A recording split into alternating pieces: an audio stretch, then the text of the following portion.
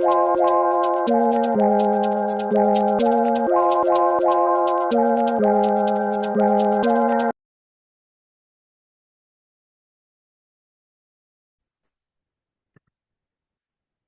How you there. doing? Hey, hey.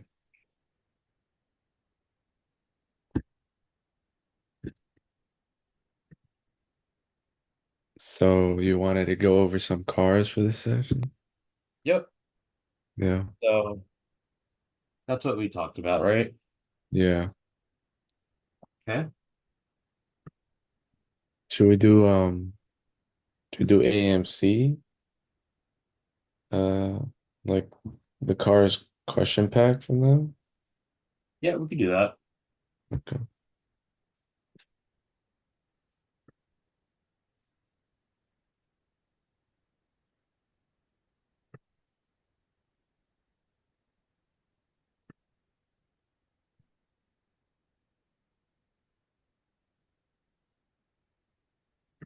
'Cause I've been struggling with more of the cars question pack than like Hmm. the Jack Weston have been a little bit more simpler, but like this one's a little bit more complicated for Hmm. me. Uh, how did I get to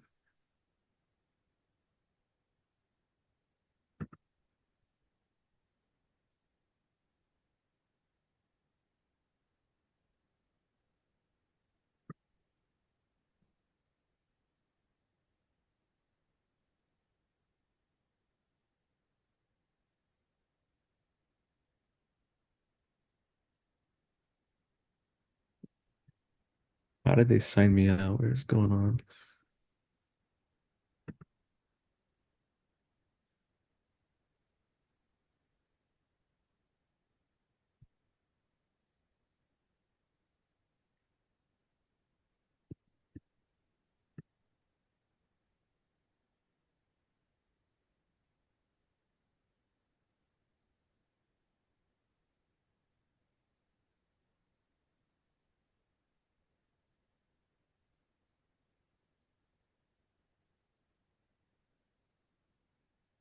There.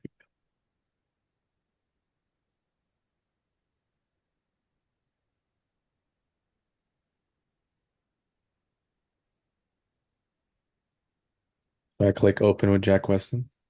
Hmm. Okay, I know the first time we went over cars, we were like breaking down the passage and writing down a lot for each like paragraph. But it's like, how am I able to like do that and like for each paragraph just get it down to like one sentence for like on the actual exam? Because I'm not gonna have a lot of time to obviously go through all that. Like, what should I prioritize or like, I mean, it shouldn't really take that long to do that, but yeah, you should also be doing that like as you read, meaning like as you read the passage, you should be thinking of, what to put yeah, in. So, yeah. I know in the beginning you told me just to like see how long it just takes me, like just mhm, do it without time restraints. But now it's like uh-huh. I'm having trouble transitioning to like more focus on the timing aspect. Got it. So when you do it untimed, how long would you say? Like I would say like 12 minutes if I do like a sentence per each like paragraph.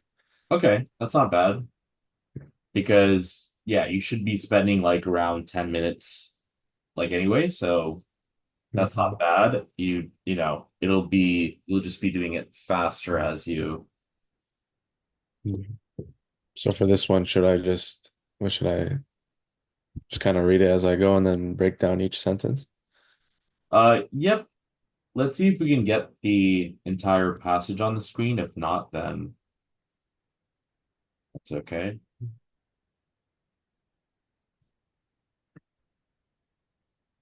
I'm not sure how to do that. This, Like if you can maybe zoom out.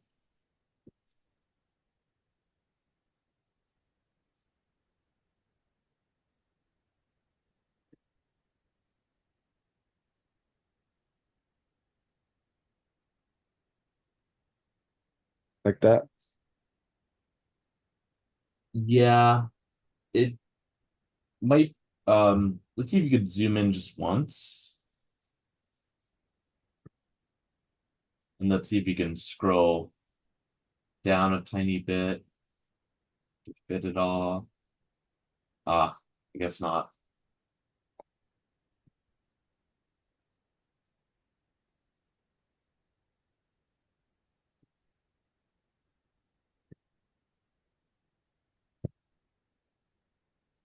Okay, so just do it like this. Yeah. Now, just one sec. I want to check something.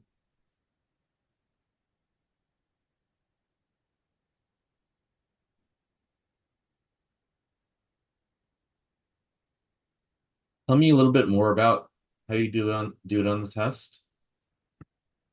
So I would just write paragraphs one through however many paragraphs I have, and I would like slowly read each paragraph, trying to understand.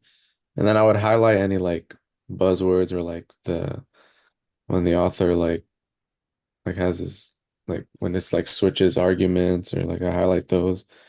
But then I try to memorize like summarize like just what the main point of it was asking in each paragraph. And then I would like just get the main idea at the end and stuff. I've been doing like pretty well with like trying to get the main idea. Hmm. But then like on certain questions when they ask you to go back to the passage and then it's like specific questions and like that kind of like that's where I kind of get stumped sometimes. Okay. Uh, let's see.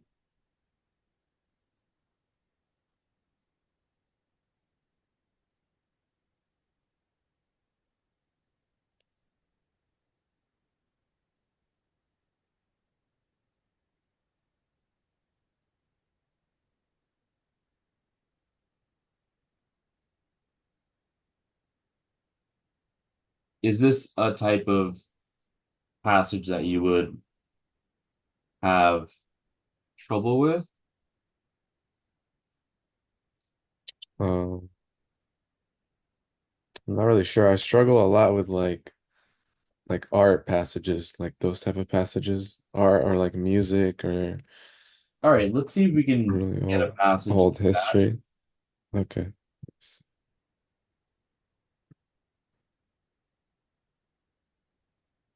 We might even be able to use the volume pack, sorry, the question pack volume two,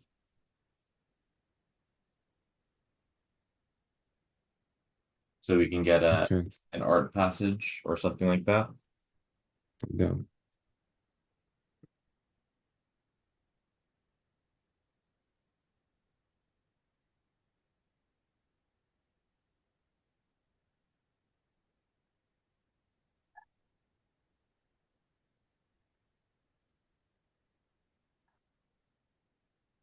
Like this one? Yeah, Yeah, I can zoom in on this one more. nice. So Okay. So remember that every sentence you can classify as either a new idea, and when I say idea, I mean argument, new Hmm. idea or same idea with something after it. So usually you'll see like new idea and then same idea elab, meaning elaborating. And we're gonna work on uh getting the oh, one second.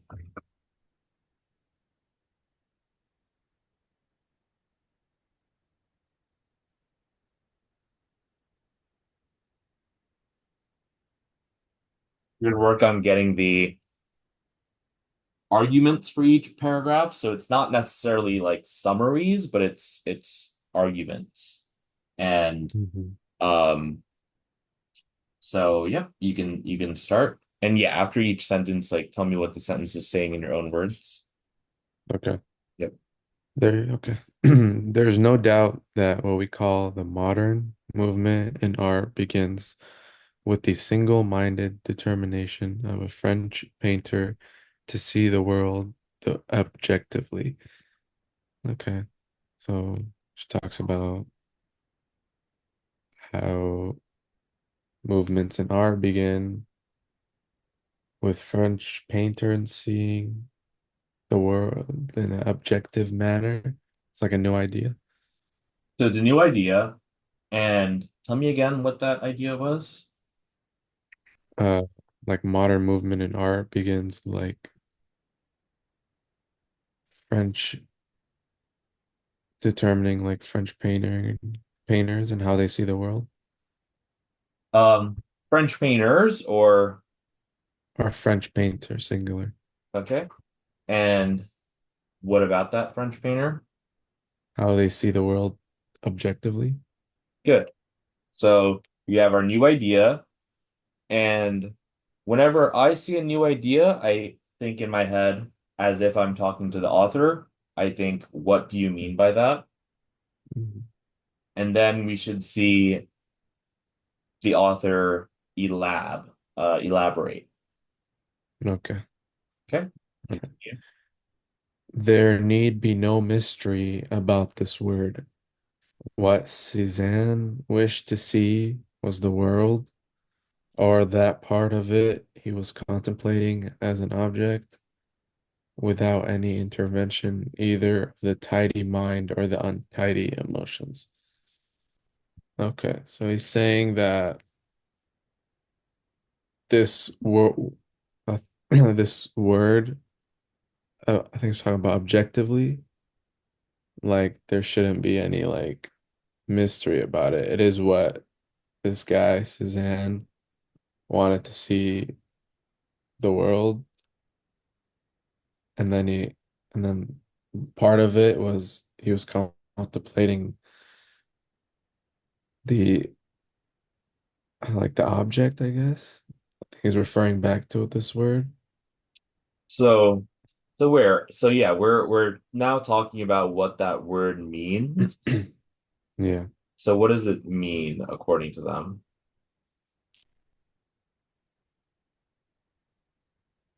it's what he wished to see the was the world.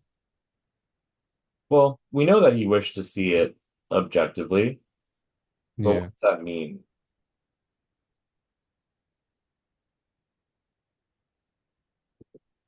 he wanted to see it like as an object without any like emotions or things to like intervene with it.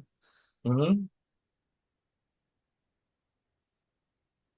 So viewing the world as an object without like intervention by the mind or by the emotions, right? Hmm. Okay. So it's like same idea, just Oh yeah, elaboration. correct. Yeah. So first sentence was new idea. Now this sentence is same idea, elab. Okay. All right. His immediate predecessors, the Impressionists, had seen the world subjectively, that is to say, as it is, as it presented itself to their senses in various lights or from various points of view. So, so like the Impressionists, um, Who were they? which are they're his immediate predecessors. So like the Predecessors? pe predecessors, so like people that came before him, saw the world subjectively, and then it says, as it presented itself to their senses in various lights or various points of view. Um,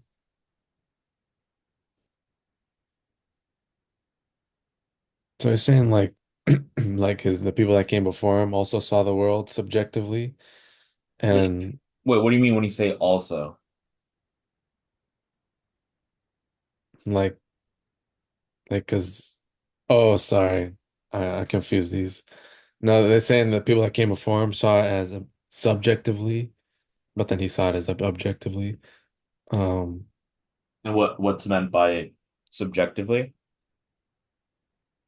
uh, like seeing seeing it in like different. Points of view, seeing an object in like different points of view.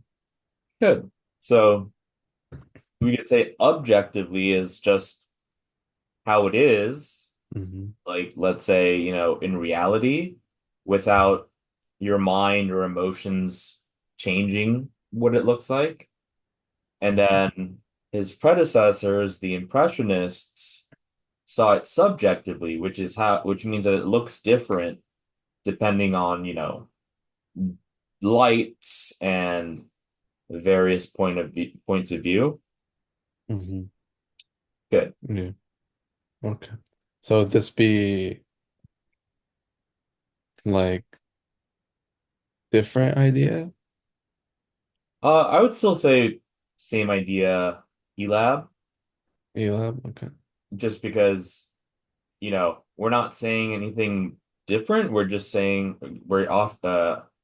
offering more context for how Cezanne is different from, the artists that came before him. Okay. Hmm. All right. Each occasion made a different and distinct impression on their senses, and for each occasion there must necessarily be a separate work of art. Um, so it's kind of the same idea, ELAB. So it's like, Yeah. So it's e elaborating on the subjective, right? yeah, Okay. okay. It says, but Cezanne wished to exclude this shimmering and ambiguous surface of things and penetrate to the reality that did not change, that was present beneath the bright but deceptive picture presented by the kaleidoscope of the senses. So I feel like here we have a transition, Close. Contrast. contrast. Yeah. Uh, Because a transition word could be things like, then or oh, like okay. this. Like a transition word will be a lot of different types of words, Hmm. including contrast, but contrast words are specifically what we're looking for because a contrast word means that whatever came before is different from whatever comes after. Hmm. And usually, not all the time, but usually the contrast or the stuff that comes after the contrast word is closer to what the author believes. Okay. So for this uh paragraph, um, rather for this sentence, what is being said here?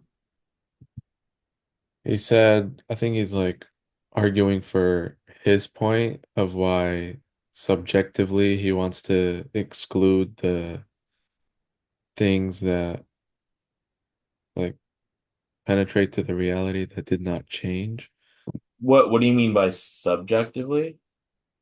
So I feel like they're arguing about here, they're talking about subjectively presented itself in their senses of various lights. And here he's like, he wishes to exclude the uh, things that don't change, I guess. So I So, think he's like arguing for his like objectively. uh-huh, uh-huh, uh-huh. So like things that don't change is like the object. Yep. Um,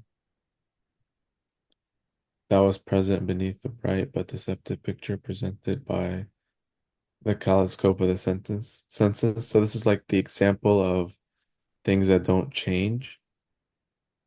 So, so I wouldn't say it's an example, but it's just more elab. Yeah.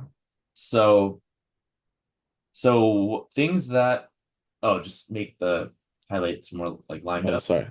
Yeah. Yeah. Uh, go down. I mean, a little bit.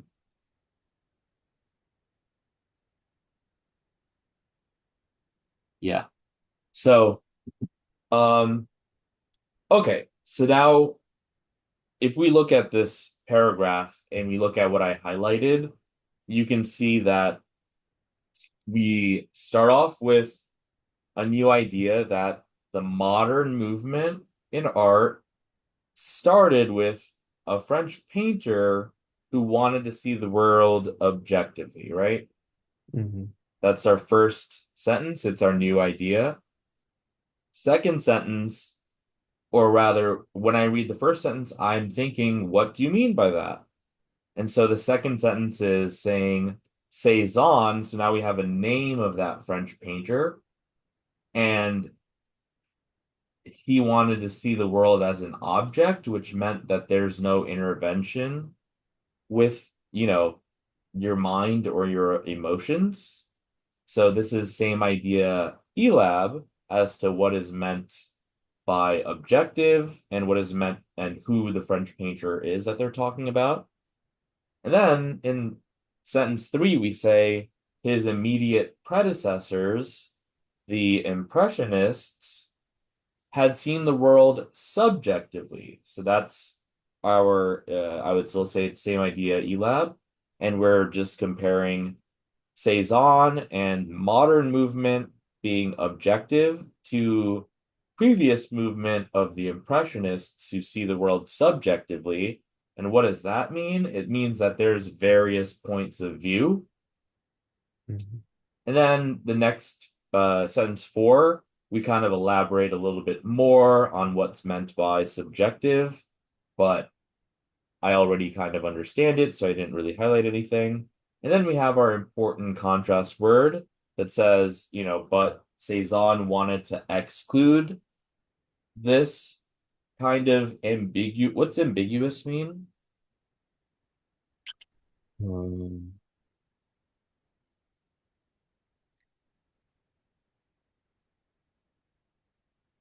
I'm not really sure.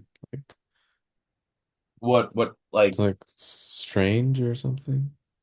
kinda. So it means like it's hard to, uh, if something's ambiguous, it's like you don't know if it's either like right or wrong, or you don't know if it, or you can't tell it apart from something else because it could be more than one thing.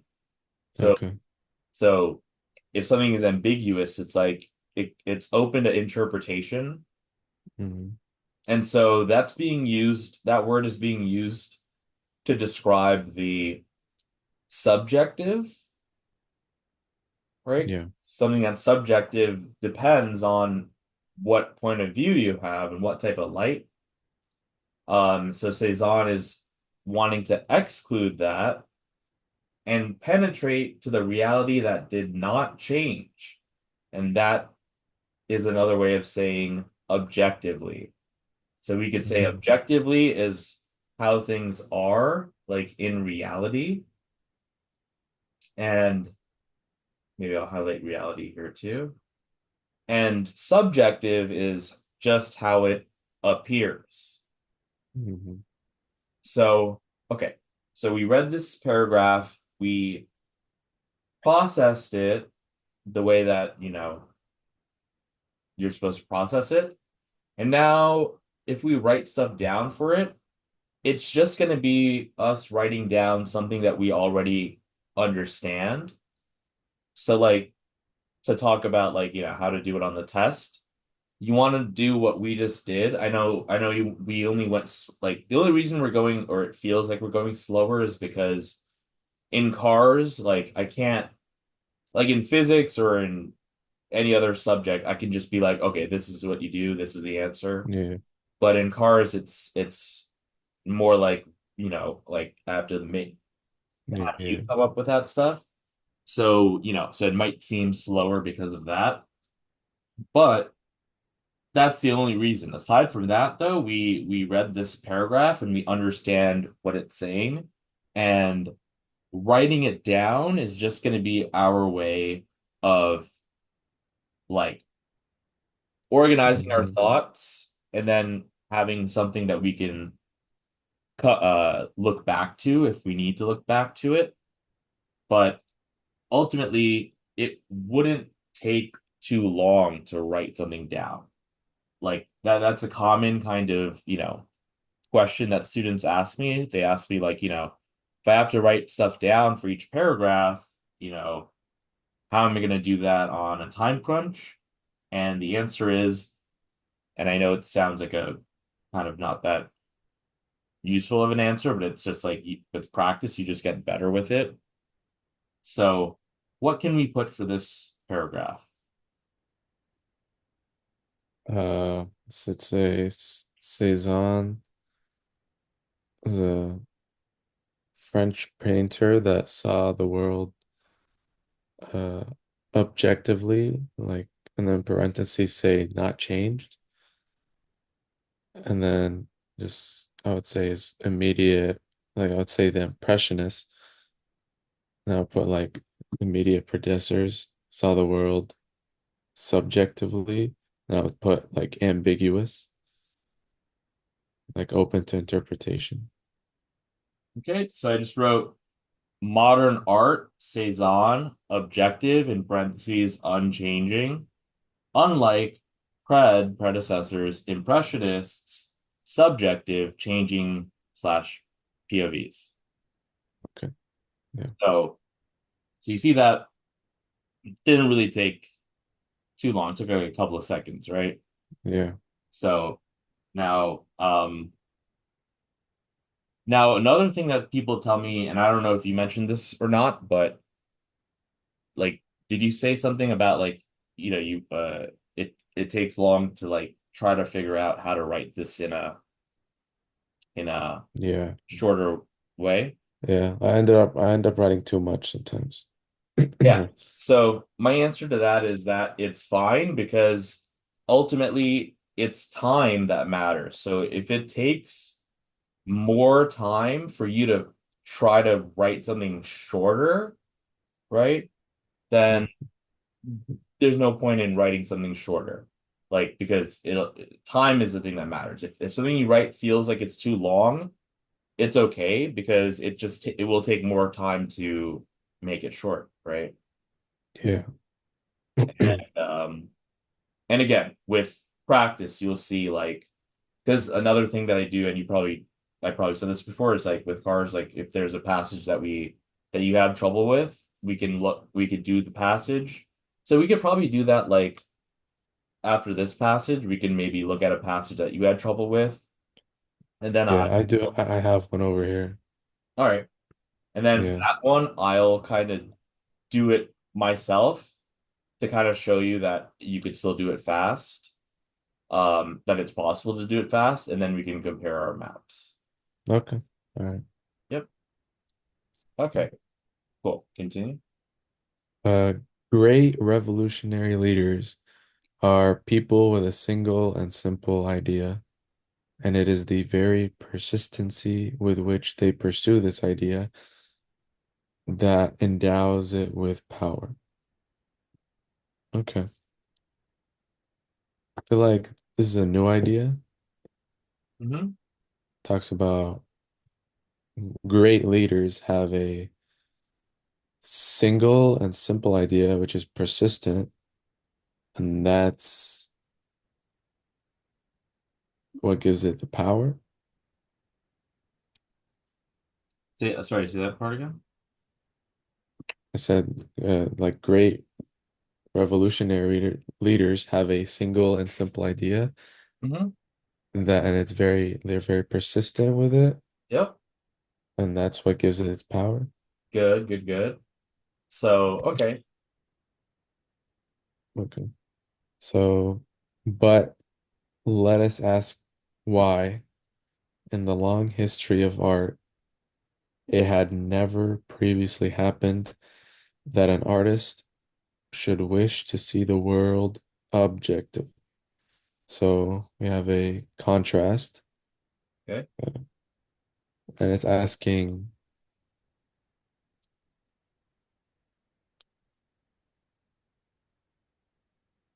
why hasn't it happened before in like history of art? Should should artists see the world objectively?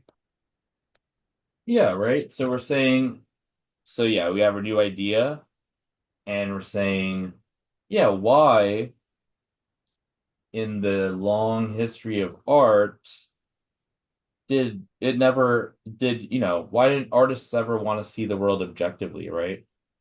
Yeah. Okay, good. Okay. We know for example that at various stages in the history of art, there have been attempts to make art imitative, and not only Greek and Roman art, but the Renaissance of classical art in Europe were periods of art possessed by a desire to present the world as it really is. Okay. So it gives examples of different stages in the history of art that makes the art imitative. It talks about Is this it's not all, new idea or same idea?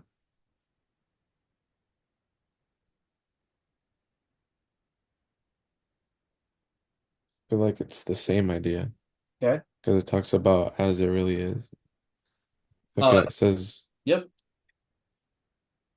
it says not only do the Greek and Roman art have like imitative ideas, but the Renaissance of classic art in Europe also saw the world, represented the world as it really is. So like objectively, So let's see, right? So we're saying, okay, why in the history of art did no one want to see the world objectively? And then they say, we know, for example, that at various stages in the history of art, there have been attempts to make art, in quotes, imitative. So, what do you think they're saying that for? they're saying like, okay, we do know there's been some like Hmm. attempts to like try to make art imitative. Good, good, good, good. That's what I um wanted to hear, that there have been attempts. Hmm. So it's not like no one ever wanted to, right? And Yeah. so they made attempts to make art, quote unquote, imitative, and examples are Greek and Roman art and Renaissance. And this is what were described um as what? Says seeing it as the world as it really is. Now, is it actually just seeing the world as it really is, or is it something about that? Think of if there's another word here. Talking about like objectively versus subjectively. Oh no. So like how previously you were able to look at the word attempts. Now for this one, as it really is, there's a word before that that Desire represent. yep. Uh which one? Desire to represent these ones. Yep, yep. So so there have been attempts, and there have been or has been a desire to want art to be objective, right? Yeah. So so our new so our idea is still, the question, why haven't artists ever wanted to make the world depict the world objectively?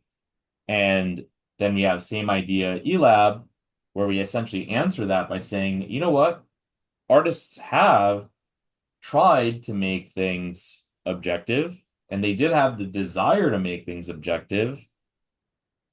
And before I look at anything further, I'm going to be expecting a contrast word, Yeah.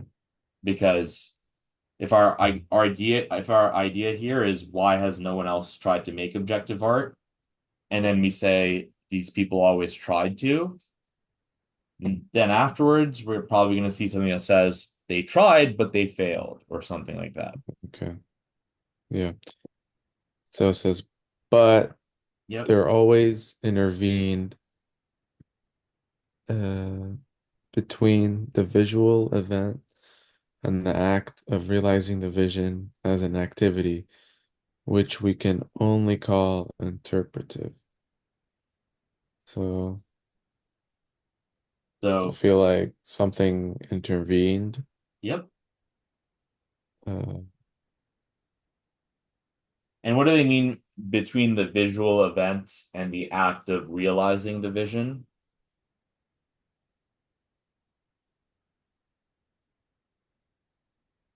um,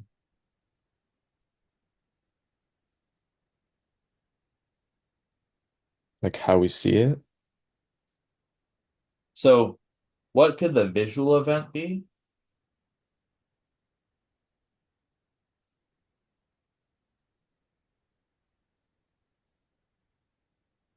uh, talking about like art. Kind of, maybe. Um, but it's okay. So we could say that people tried to make things objective, but they failed because there's something that intervenes. And, well, I guess I'll help you with this one. So the visual event is like when you actually see something, Mm, and then the act of realizing the vision is when you like paint the thing that you see. okay. And if you remember when we talked about objective in the first paragraph, we said that it's without intervention of the mind or the emotions, right? Yeah. Um, I realize that that's kind of important, so I'm going to actually add it to the map because I didn't at first. So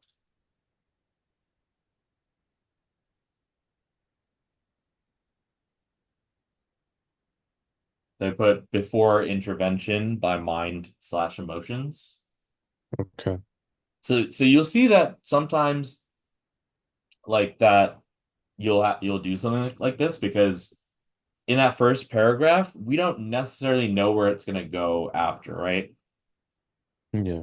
But now, since in the second paragraph, I see the word intervene again, I get that that's an important thing. So I went back to the first paragraph and I added it in. But yeah, the Mm, visual event could be like just looking at it, and the act of realizing the vision would be like actually like drawing it. yeah. And in if it's objective, there shouldn't be anything between that, right? There should be the way you see it, and you paint it exactly the way you see it. Yeah. Um, but here we're saying that people who tried to do that, there was something that intervened between seeing it and painting it, right? Yeah. And we have another new term, and it's interpretive, right? Yeah. So that's what happens in between. Okay.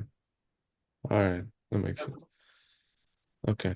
This intervention seemed to be made necessary by the very nature of perception, which does not present to the senses a flat two-dimensional picture with precise boundaries, but a central focus with a periphery of vaguely apprehended and seemingly distorted object. Okay, so it's talking about this intervention, which is like the interpretive, uh, seemed to be made necessary. So they made it seem necessary by its perception, uh, which does not present to the senses a flat two-dimensional picture, but a central focus with a periphery of vaguely apprehended and seemingly distorted object. So it talks about it doesn't present to the sentence a flat two-dimensional picture. So I'm saying that's like the objective Mhm. grasp thing.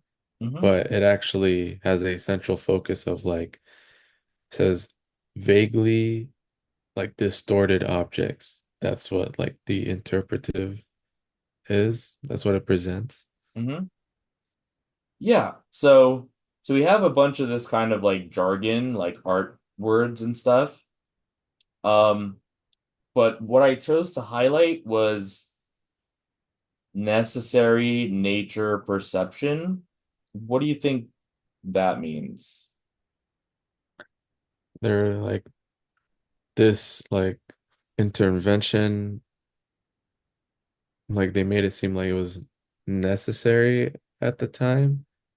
Yeah, right? Uh, Because one can ask, why didn't, if there was this intervention in between, why didn't they just not do that, right? yeah. And I guess they're saying that it's because the intervention was necessary by the nature of perception. Like if you perceive something, it will make something appear different from how it looks. Hmm. So maybe that's why people have not succeeded in making objective stuff Yeah. so far. Okay, good. Okay. The artist might focus on a single object, say a human figure or even a human face. But even then, there were problems such as that of representing the solidity of the object, its place in space. So it's saying the artist could try to focus on like a single object, but then they're saying, I think this is given like an example, like the intervention, something intervenes, Hmm. like the solidity of the object, its place in space. Hmm. Good. So what can we put for this paragraph? Um, saying saying there were attempts to make art imitative, but something intervened. Uh, something uh, say something necessary that something that was made necessary intervened. Hmm. Uh, and say like in parentheses Hmm. interpretative, Hmm. um, which doesn't like focus on like the actual object of the Yep. like yeah. So we could write error to the above saying why hasn't this been done before? And they tried, and this is called imitative, for example, Greece, Rome, Renaissance, but interpretative, in parentheses, intervenes, like that kind of thing is necessary by the nature of perception. And so that's so we're really asking why hasn't this been done before? People have tried to do it before, but they always came into had the same problem of that intervention thing, which is called interpretive. And it's not Mhm. like it's easily fixed because it's something that's just there by the nature of perception. Yeah. And you see Okay. how like the last couple of sentences of paragraph two, I didn't really include anything about because that's just more, it's just like art talk, like Yeah. talk about art terms and stuff, and that isn't really too important, at least from what I see so far. Okay. Yeah. In every instance before Cezanne, in order to solve such problems, the artists brought in extra visual faculties, imagination, which enabled the artist to transform the objects of the visible world and thus to create an ideal space occupied by ideal forms. So you could stop there. Yeah, So I'm gonna stop right here. yeah, because yeah, for really long sentences like that, it's okay to just do like the first, Yeah. third, second, third and stuff. So, okay, what are we Hmm. saying? So, like up to So the word. Yep. I feel like it's the same, like the same idea. It's saying like for before Cezanne, in order to solve the problem, so I feel like the things that intervened, Okay. um, this is what the artist did. They brought in extra visual faculties, imagination, So what was the which pre- what sorry, what was the previous idea? um you're talking about Like in paragraph two? talks about like why hasn't it been done before? It's because something intervened. All right. And now in paragraph three, what are we saying? And it's talking about in order to solve such problems, Uh-huh. which I feel like it's talking about the interventions, like the things that intervened, Uh-huh. So, like mhm. or like the artist brought in these, which helped Oh, them transform the objects. so is this a new same idea or Or it could be like a new idea that's huh? talking about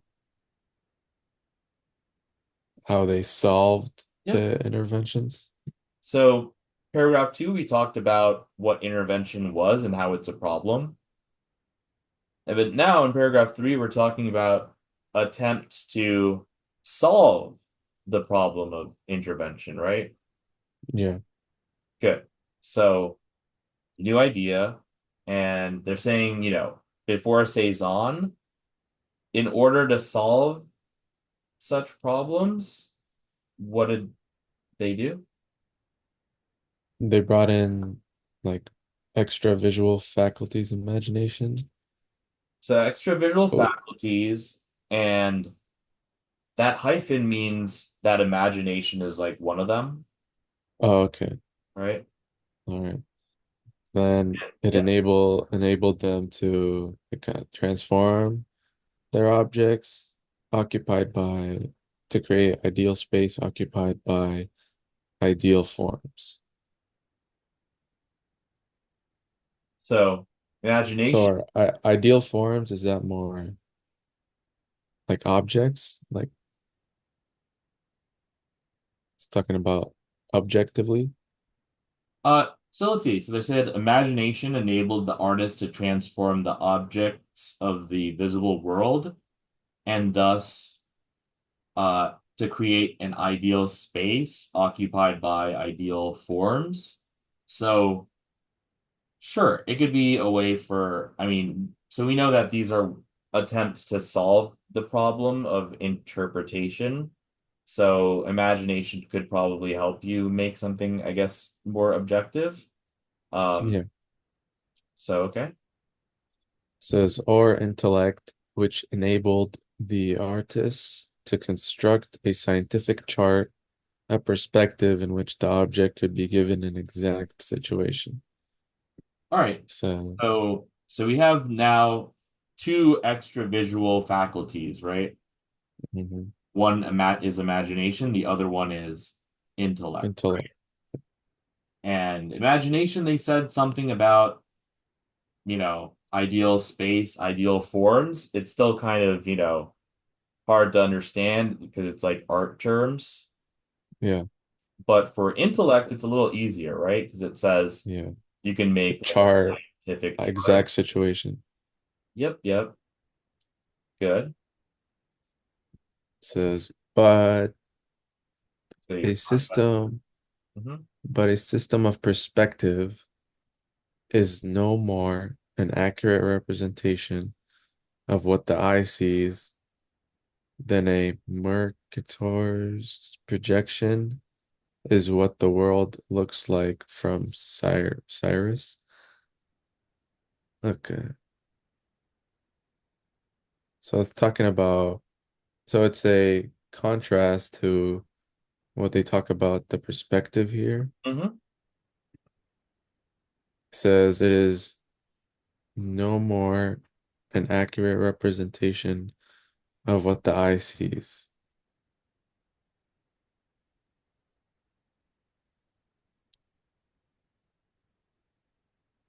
So immediately prior to the contrast word, we were saying that an artist can use the extra visual faculty of intellect to make some type of perspective, right?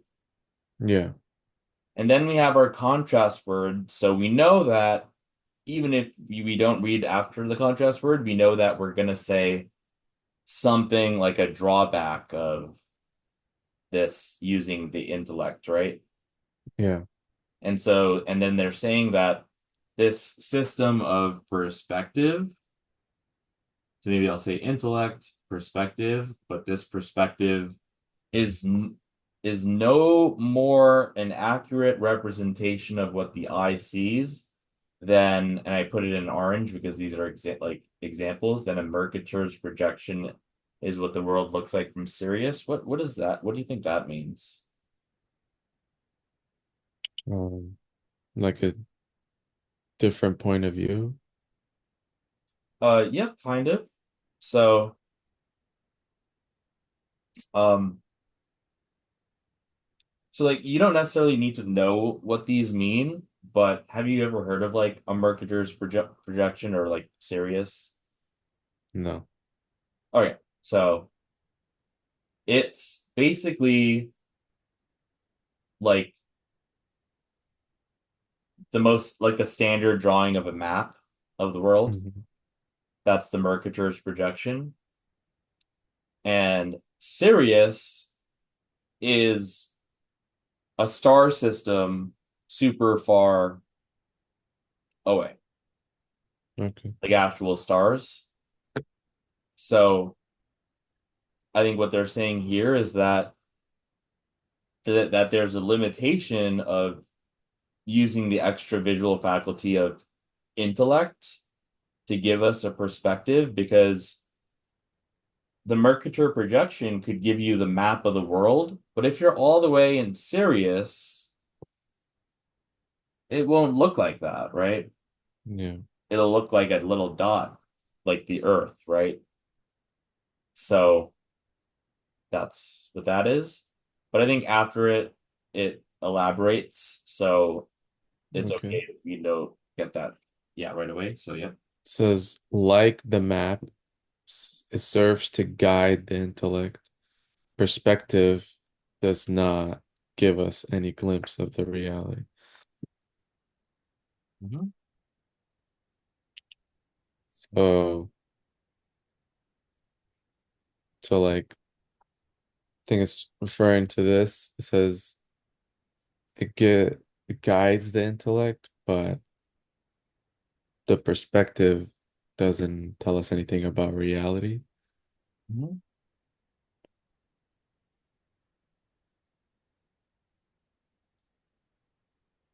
Great. So I put an arrow to the above to say that people tried to solve this using imagination and intellect, in parentheses, perspective, but it's not accurate. For example, Mercator's projection in Sirius, and it guides the intellect, but it's not reality.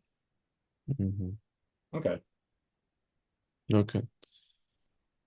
One might conclude from the history of art that reality in this sense is a will-o'-the-wisp, an actuality we can see but never grasps.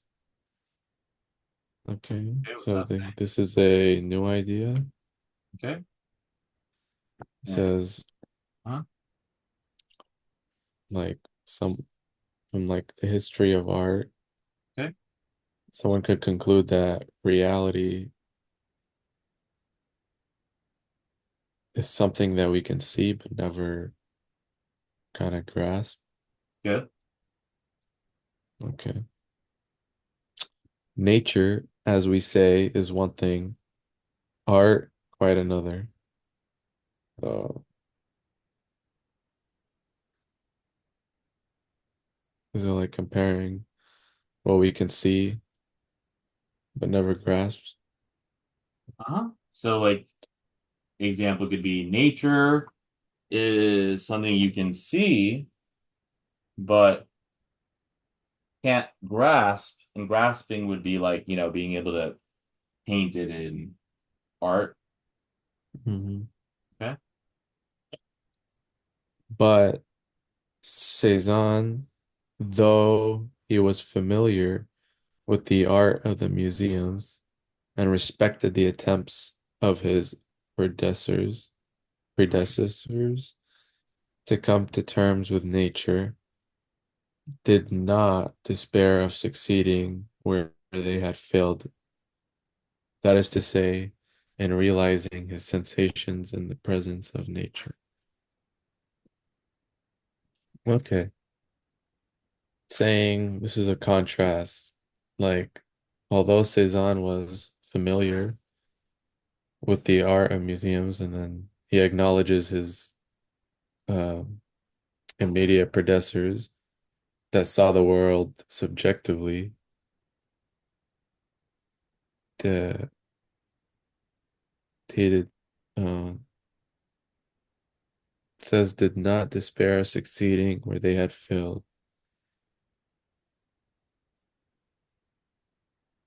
He didn't want to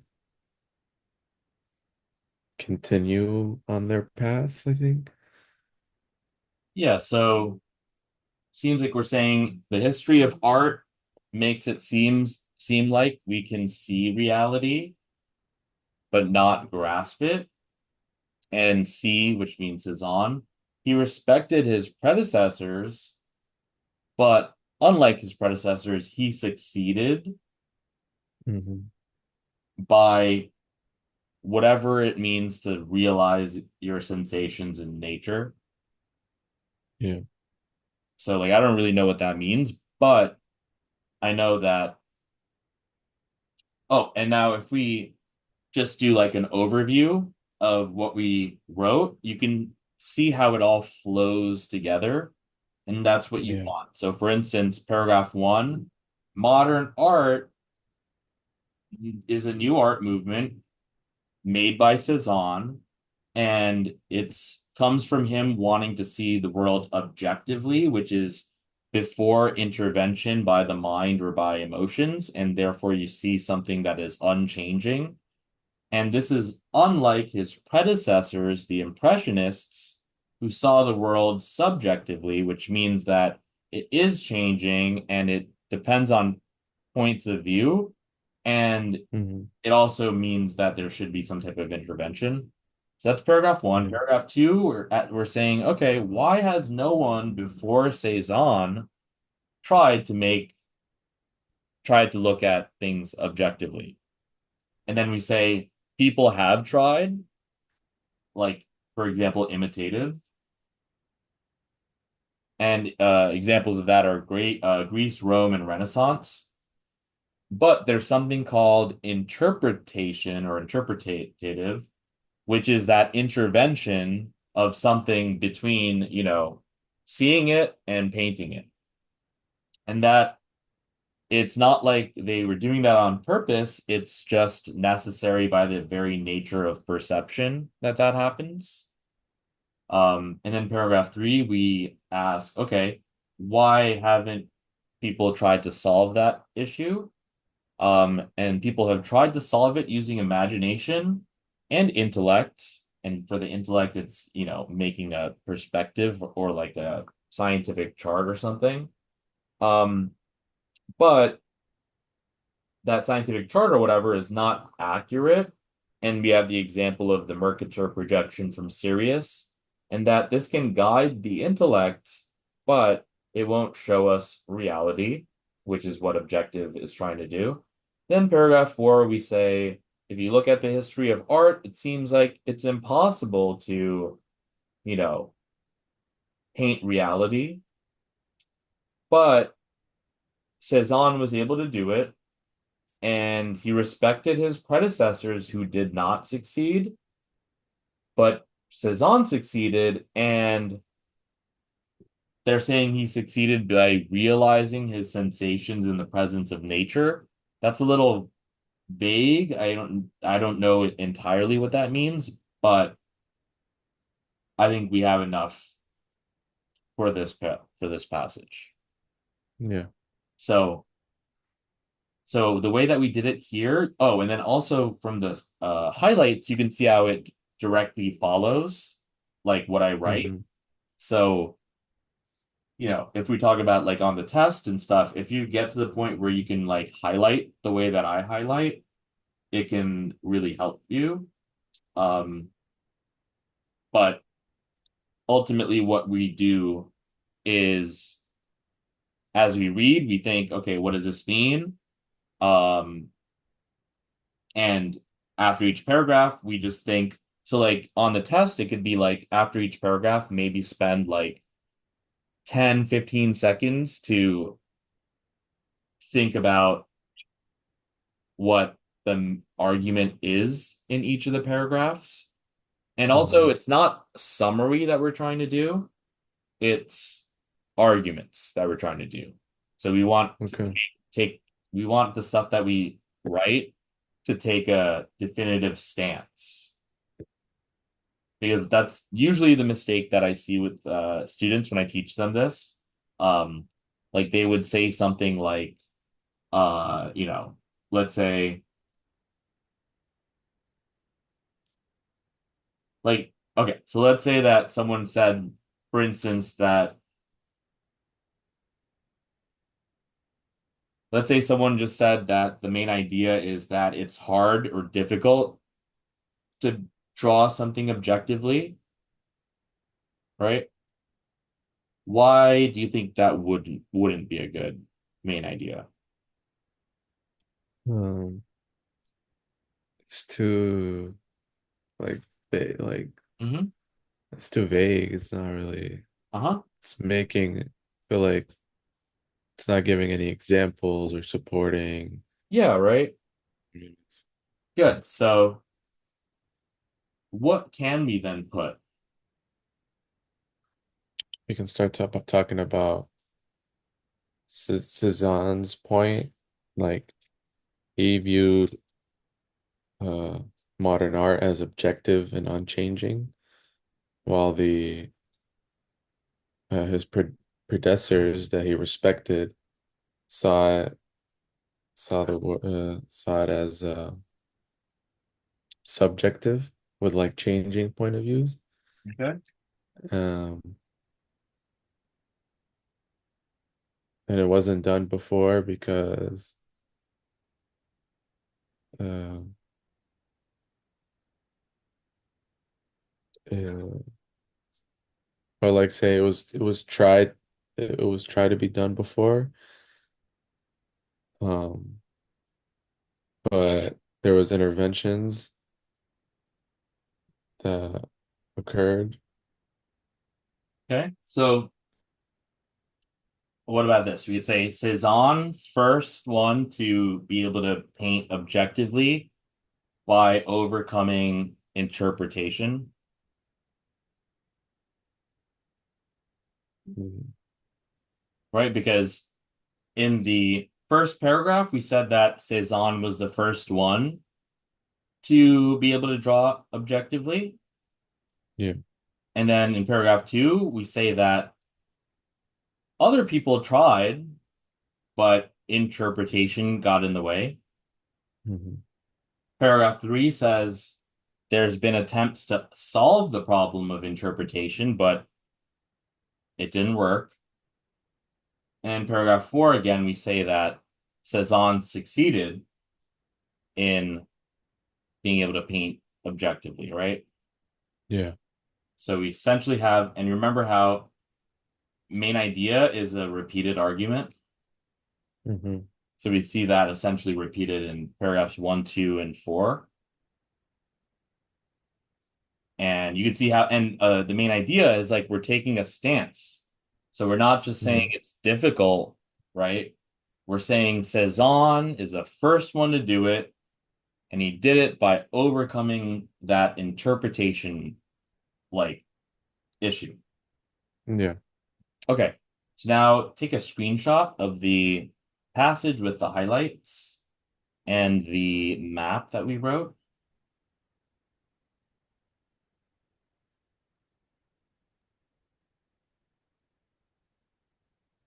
Good.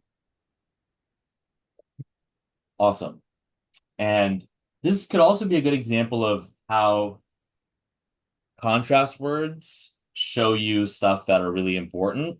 Because if we Yeah. look at each of the contrast words, like for the first paragraph, after the contrast word, we said Cezanne, you know, was Hmm. able to draw the reality that did not change, right? And then the second contrast word in the second paragraph, we see it says, why did no one, try to see the world objectively? And then we say in that other contrast word, there always was the intervening interpretation, right? Yeah. And that's the second but in the second paragraph. Hmm. And then in the third paragraph, we said, after the word but, we said that a system of perspective is not accurate. And then in the last paragraph, we said, after the contrast word, Cezanne was able, like, respected his predecessors, but he succeeded where they failed. Hmm. So contrast words you can see often come before really important statements. Yeah. All right. Any questions? No. No. Okay. So now let's try these questions out. So I'm going to block that. Okay. And All right. It says information in the passage suggests that the author probably believes that the act of interpretation. So it's saying, what does the author think of or believe about interpretation? all right, let's see if we can come up with our own. Um, there's it said it intervened with uh when we talked about like what hasn't it been done before, Hmm. but it was necessary Okay. by like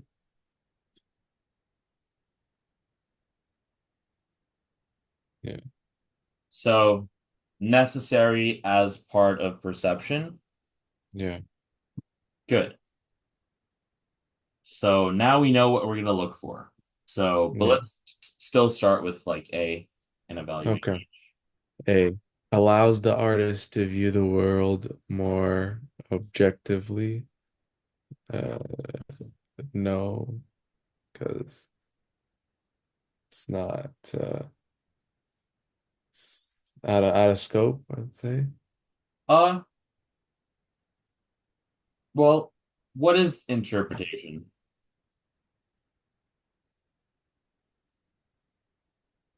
So if there's anything to look back to, you could look back to the map, which is what Okay. we wrote over here. Something interpretive is something that intervenes. Yeah, intervenes what? Nature of perception. So I mean, in okay, so why didn't so people tried to do objective painting and stuff in the past, right? Yeah, Why did they not succeed?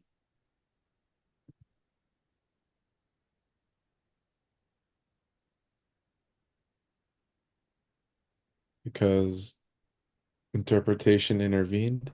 Okay. So interpretation, would that make you see the world more objectively?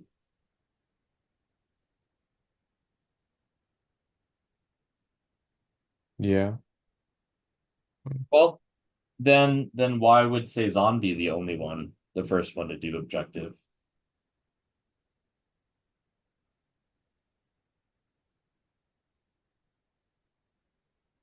so I'm kind of lost. Sure. So let's we'll take a look at what we wrote for the map. So tell me what we were trying to say in paragraph one. So it said Cezanne had objective thought, like art was objective, unchanging, but the impressionists thought it was subjective, changing. So in addition to unchanging, what else did I put for objective? like a little bit above it. Before intervention. Okay. So intervention, does that make something objective or less or not objective?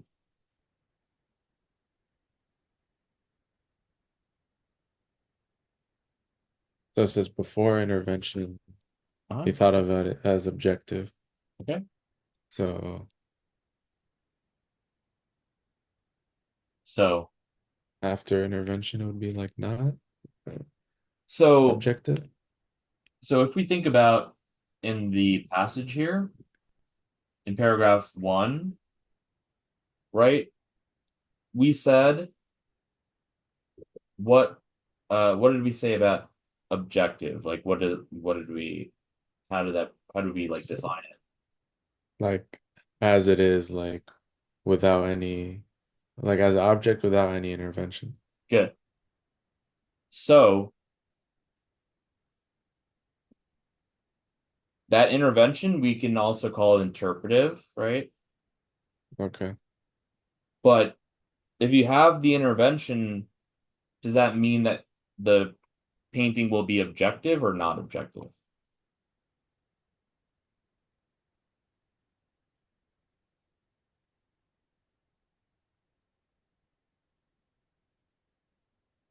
Wait, can you say that again? So like if you have the painting, So, um, so what, according to the passage, what makes a painting objective? like as it is, like an object as it is without any intervention. Good. So now the question stem is saying, is asking about interpretation, right? Yeah. So it'd be not objective. Okay.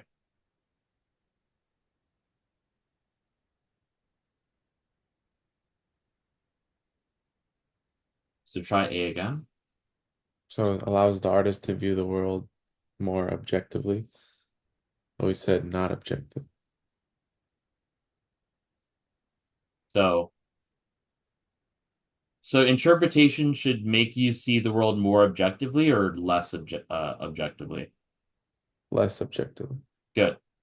So for this, we could eliminate because of contradiction, Contradiction. Okay. because the passage contradicts that statement, right? The passage Yeah. says that objective is before any intervention. Hmm. And in paragraph two, we said that interpretive, you know, like ancient Greece and whatever, they tried to do objective, but they couldn't because of that intervention, right? Yeah. Yeah. So, so like I know that you were able to maybe see that it's not the right answer, but your reason was out of scope. Yeah. And I want to make sure that we have the proper reasons because Hmm. otherwise, it could be by luck. So, Yeah. and contradiction is probably the strongest reason to eliminate something. Mhm. So that's the opposite of what we should see. Okay. And it says, um, is an almost unavoidable component of the act of seeing. Um,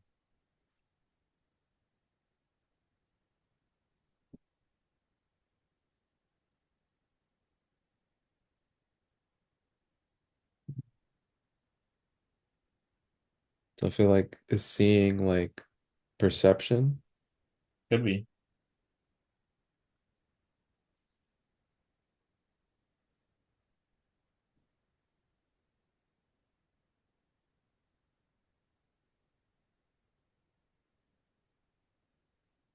So, okay.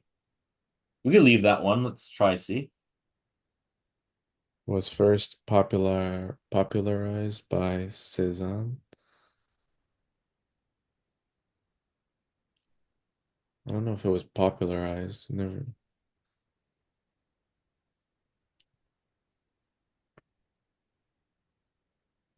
So, who did the interpretation stuff that they told us? Um,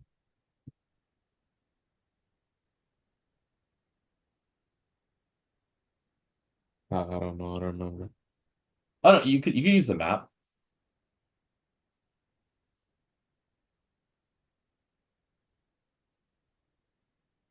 Says before intervention. So that's just saying that Cezanne was able to make something objective by not letting intervention happen. Okay. But uh who did do interpretation or interpretive?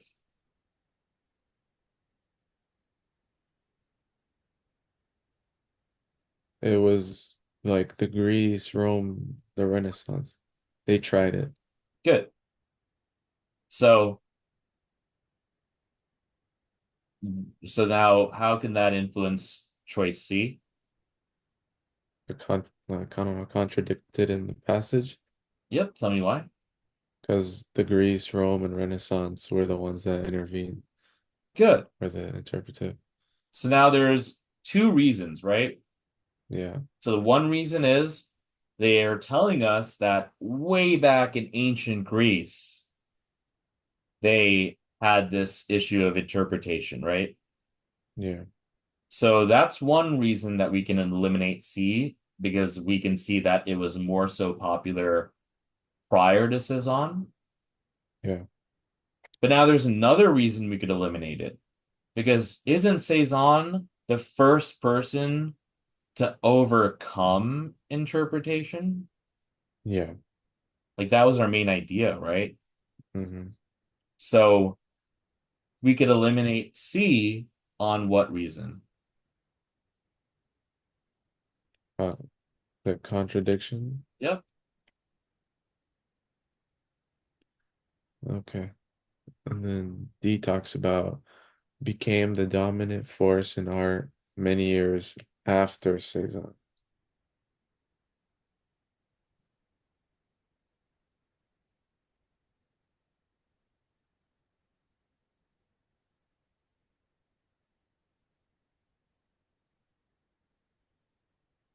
Yeah, what do you think about that?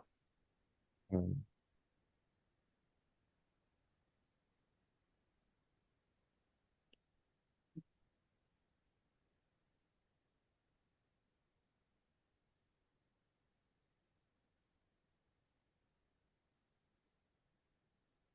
um,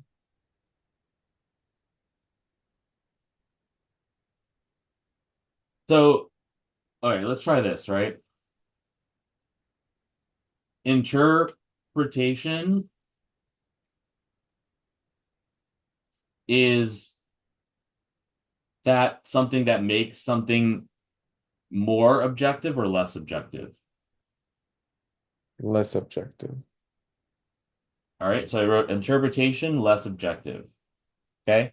But then Now, yes. after but Cézanne wanted more objective. Uh-huh. So I don't think it would be a dominant force. Yeah, if Cezanne's this first one to overcome interpretation, then he shouldn't interpretation shouldn't be larger or more of a thing after Cezanne. Yeah, Cezanne's the first one to make it to overcome it, right? yeah. So we can eliminate D as well, right? Contradiction too. Yeah, it could be contradiction. Yeah, Um, so and now, when we first looked at this question, and I had you write your own answer, you said something like necessary by the nature of perception, right? yeah, And that's kind of like what B is saying, right? yeah.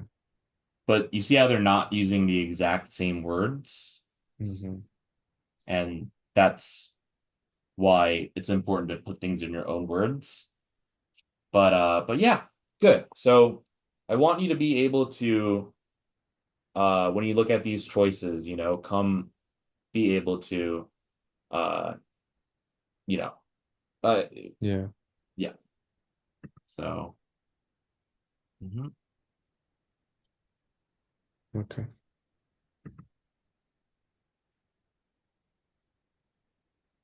Okay. Which of the following statements best summarizes the central thesis of the passage? So it's like a main idea.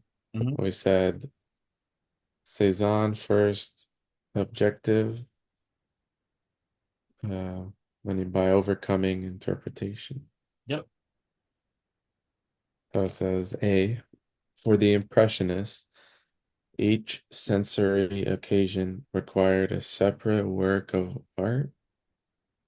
Um, didn't really talk about sensory occasions.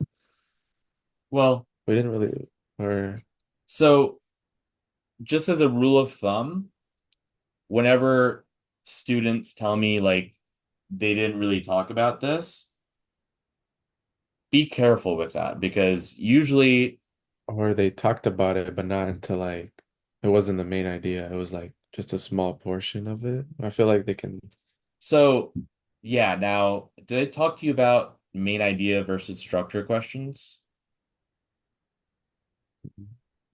No, I don't really remember. Yeah. so um so since our definition of main idea is something in more than one paragraph, a main idea question would be in more than one paragraph, for instance.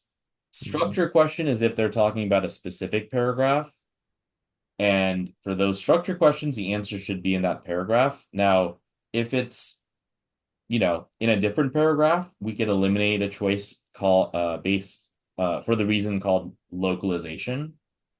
And Okay. kind of same thing with main idea if something's in just one paragraph. Now, but before that, you said that A was because they didn't talk about what? Like sensory occasions requiring separate work of art. Okay. Now, what did we say for the Impressionists in paragraph one? They looked at subjective, like changing And point of view. okay. So wouldn't that be like each sensory occasion required a separate work of art? Oh yeah. And I could also show you the passage because I didn't really write it all out. But you could see here it says for the oops,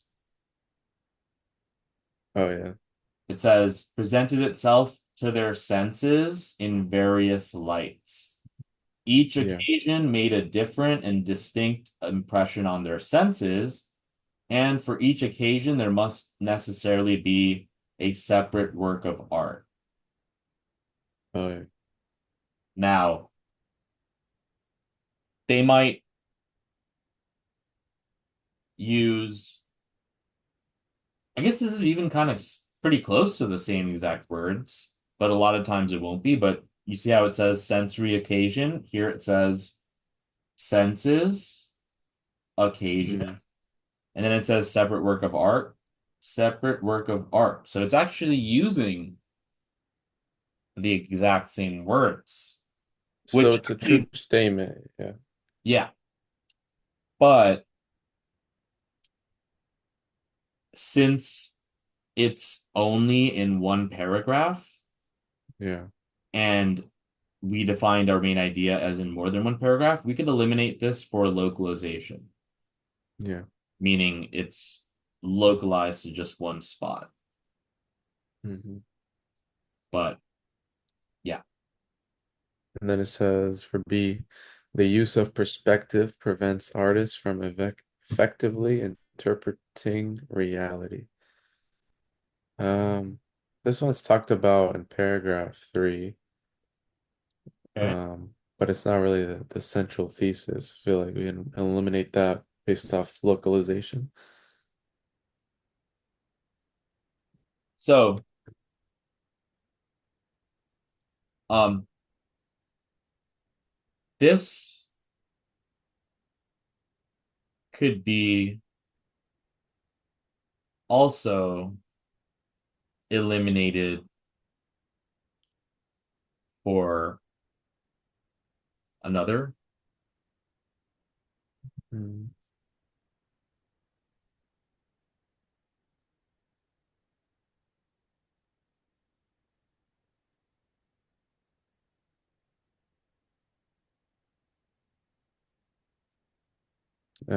Maybe the word prevents. Um, well, I was just gonna say like perspective is similar to, well, actually, all right, yeah, this could work. So we could say that, sure, we could say this one would be could be local as well. Okay. And it says, see, Cezanne tried to solve the problem of intervention or interpretation by attempting to view the world objectively. Yeah, that's our main idea. Okay. And what about And then D, before Cezanne, many periods of art reflected a desire to represent the world as it really is. And I think it's talking about like paragraph two, mm-hmm, like the people before it. mm-hmm, I feel like we can eliminate that based off localization. perfect. And so you see how like the number one thing you want to take away from reading a passage is that main idea. Yeah. You get that main idea, everything comes, fits in. And Hmm. also to be able to categorize things in like two ways for the most part. So, like, for instance, here we're categorizing it like this. We're saying objective is without interpretive, and Hmm. interpretive is what makes it something, not objective. But Yeah. okay, good.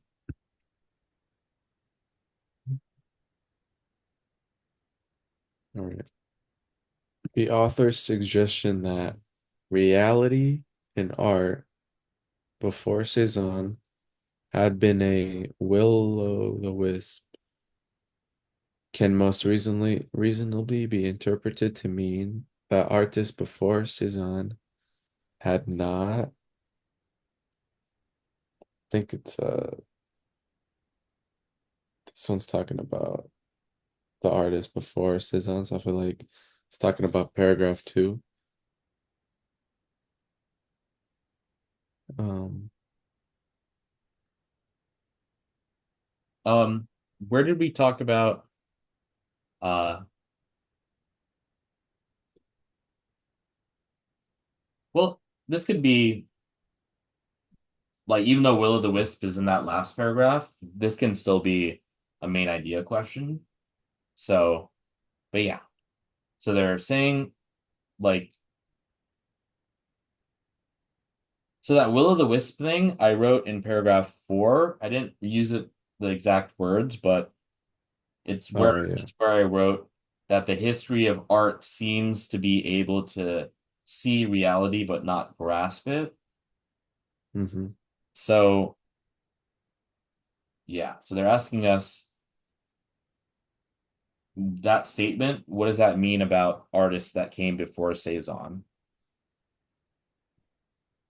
Now, meaning what did artists Something, not do? Yeah. so, something with reality, like Okay. they were able to see reality but not Uh-huh. grasp it. So I feel like Good.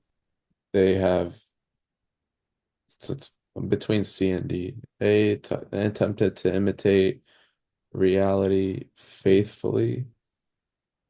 Or wait, no. So, I can eliminate B. wait, what about A? Attempted to imitate reality faithfully.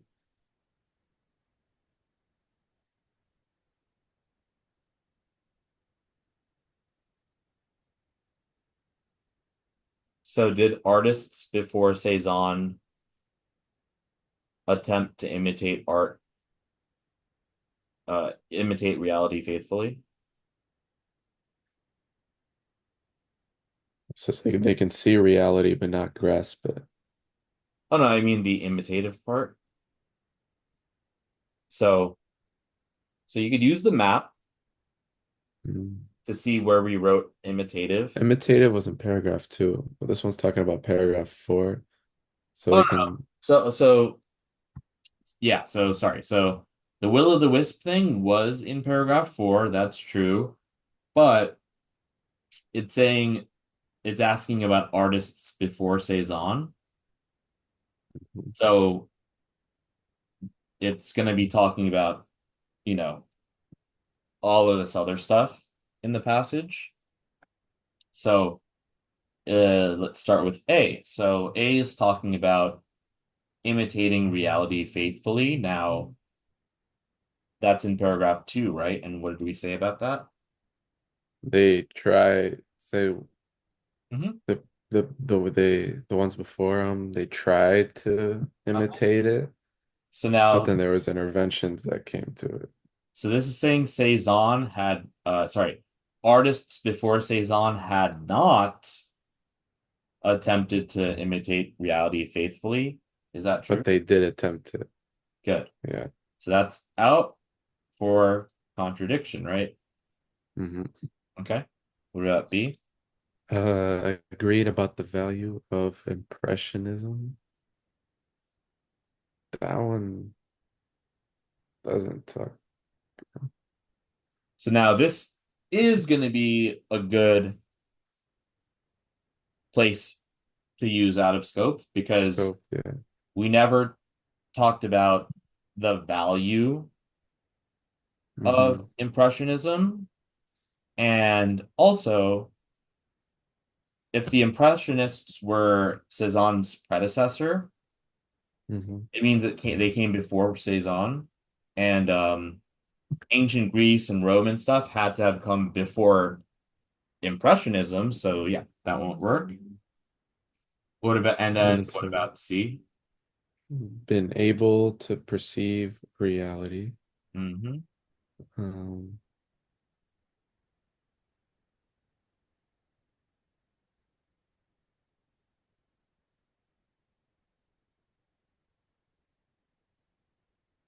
Perceive.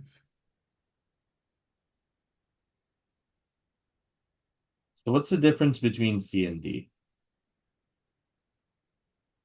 Talks about perceiving, another one talks about depicting All right. reality.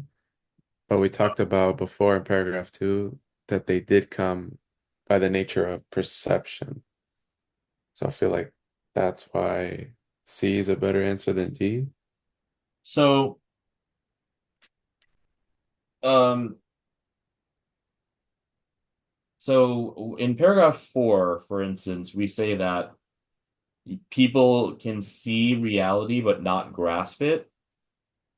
And also in paragraph 2, I mean, I didn't put it in the map, but I kind of showed you earlier that there was, remember, oh yeah, visual event and the act of realizing the event. Mhm. So, what was that visual event? Like the act of realizing was like the painting, and then the visual Oh, event is like looking at it. good.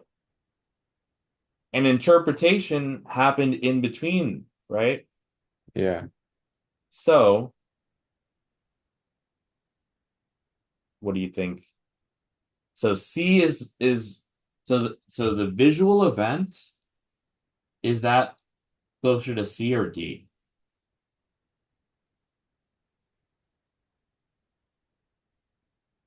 the visual event.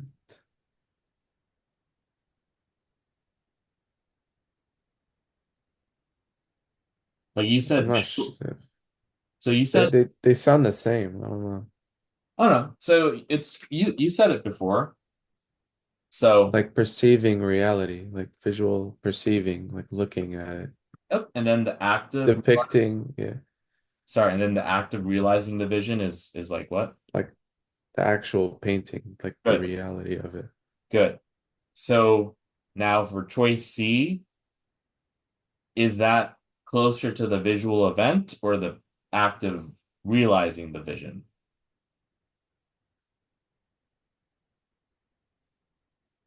The act of it? Well, when you're painting something that you see, right? Mm-hmm. That would be so yeah, I guess because I kind of don't want to like lead you or ask leading questions, but let's just think about perceiving reality. If someone perceives reality, that just means that they can see reality, right? Yeah. So visual of that. Yeah. And then if you can depict reality, what does that mean?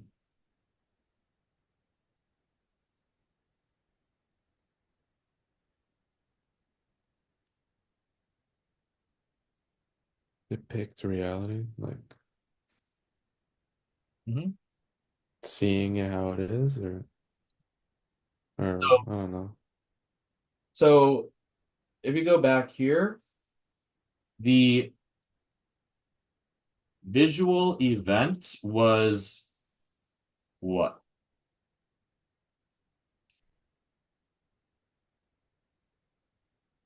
The actual uh,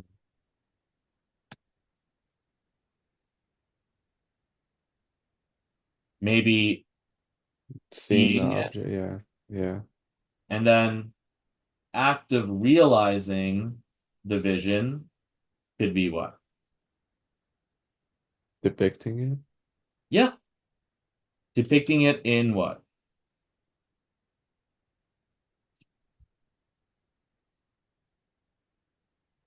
Yeah. In art. Good. So perceiving versus depicting.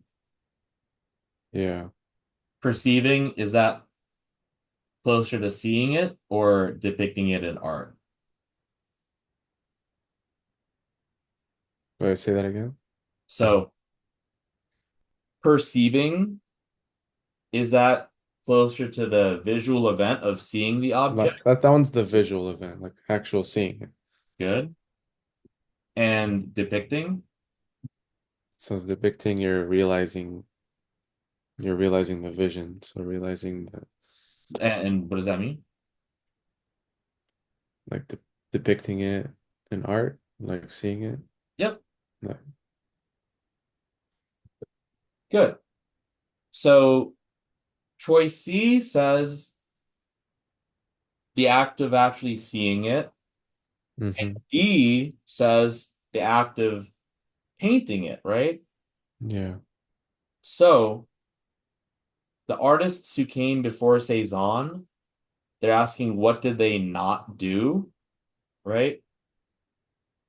Now, did they not perceive reality or did they not find a way to depict reality? Did I find a way to depict? Uh-huh. Yeah. So there you go. So that one's tough. I think it's just um because like okay, when we first saw the visual event and act of realizing the event, I think I asked you what that meant, and then I kind of was like, it was either like me telling you or us just moving forward, and I just chose to move forward. But I guess I should have maybe said like, okay, the visual. So we're talking about intervention being Hmm. between the visual event and act of seeing the event, right? And so that could be, yeah, perceive reality and depict. Like, Yeah. yeah, we know that people can see reality. We just don't, they just have trouble depicting reality because Yeah. intervention happens in between, In right? between. Yeah. So, yep. Okay.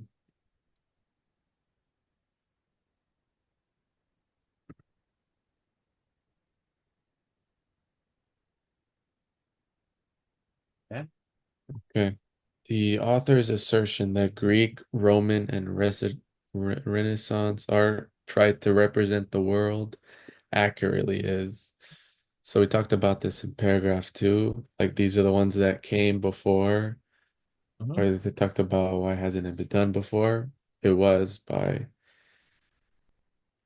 like these types of people. And then it says tried to represent the world accurately is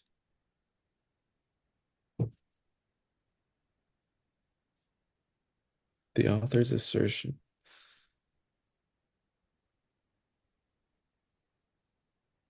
So this is a type of question that asks, so remember how I said you want to look for arguments, who's making the argument, and what support, if any? Yeah. And so this is a type of question where they ask you, for this argument, is there evidence given? Yeah. Is it giving us did we have evidence for it?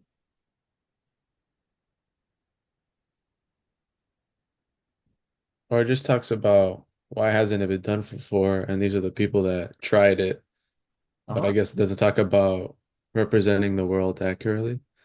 Oh, no, no. So it's just saying that the author's argument about how Greek, Roman, and Renaissance art was attempting to draw the world accurately, is that backed up by evidence?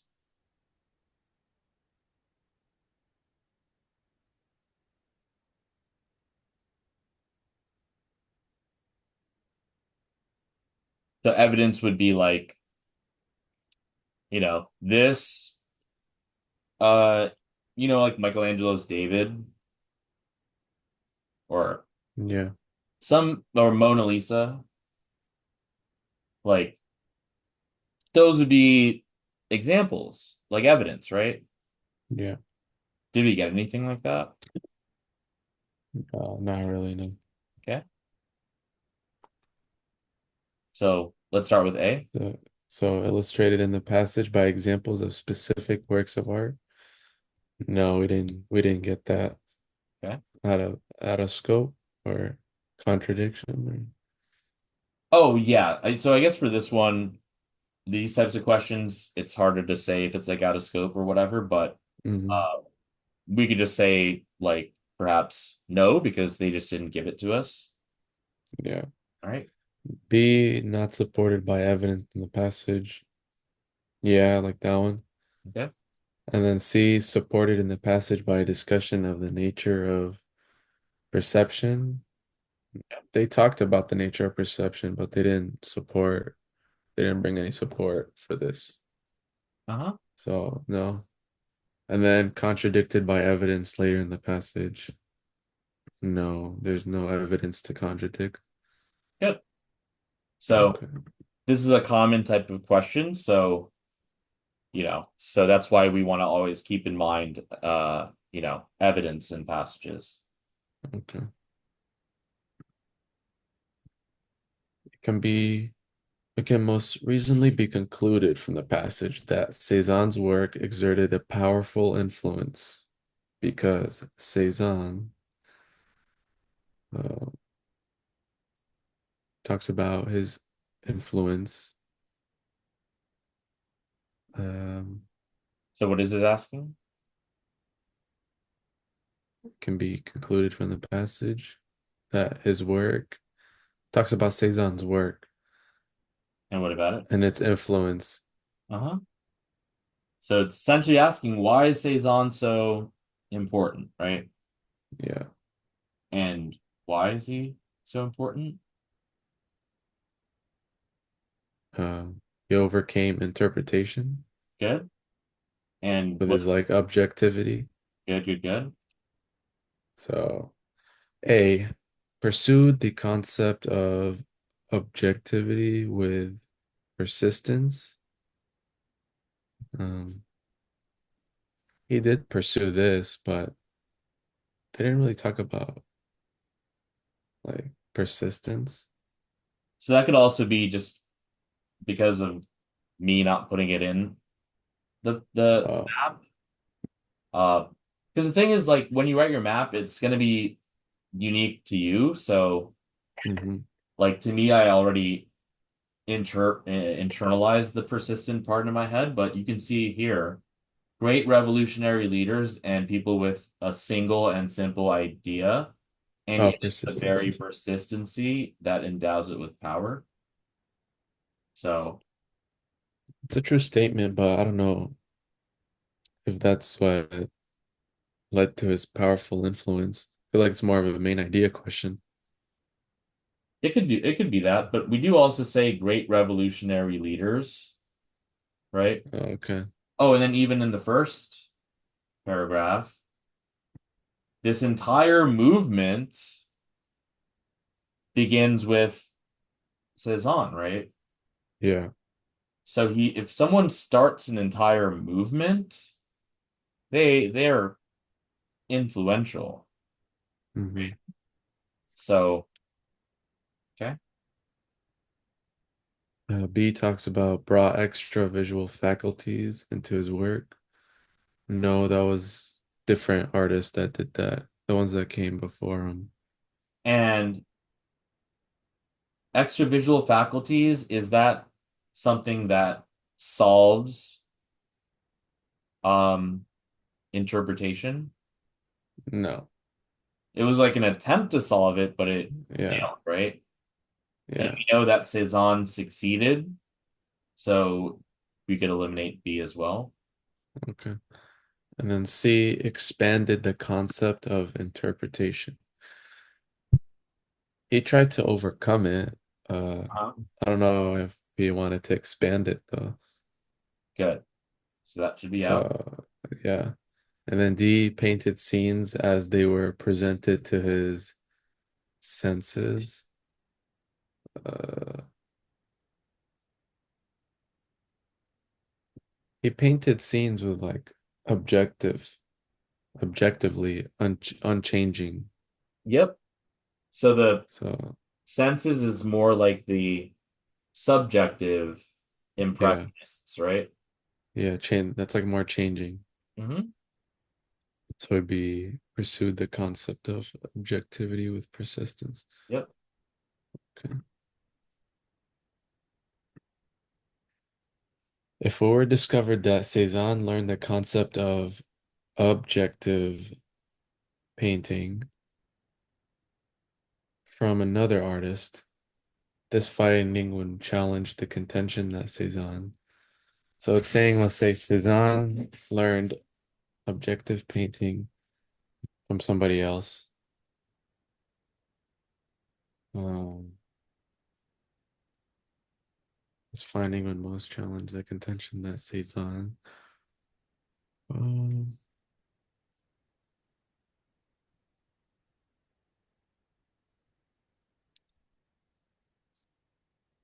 So what would this new information do to our main idea? Would it change it? Would it leave it? yeah, because he wasn't the first object. He wasn't the first one to do it. He got Good. influence from another artist. So A pursued goals similar to those of Greek and Roman art. Uh, no, it's like that one's doesn't really answer the question. Yep. And it's not really something that Cezanne tried to do, right? Do yeah, they were different. They Yeah. were their own separate thing. Hmm. Then B was the founder of the modern movement in art.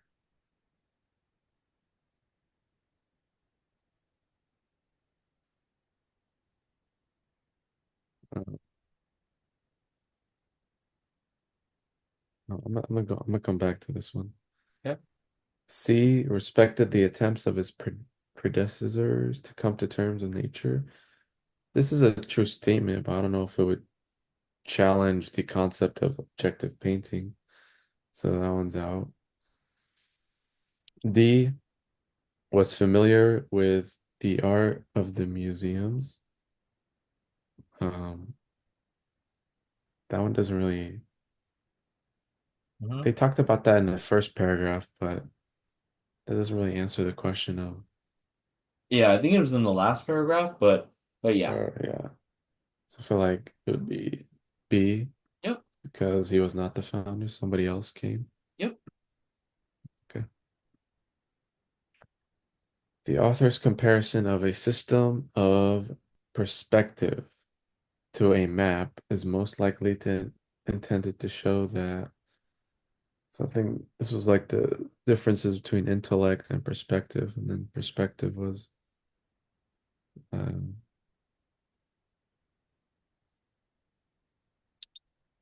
um,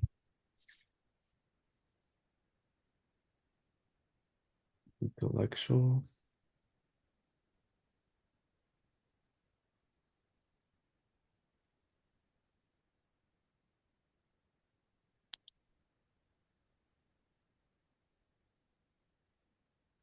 So should I go through each one? Mhm. So it says maps are more accurate than ever, and than even the most realistic artistic depictions of the world. So That let's one. first, I guess, think what's the point of the artist of the author bringing up this perspective example with the map.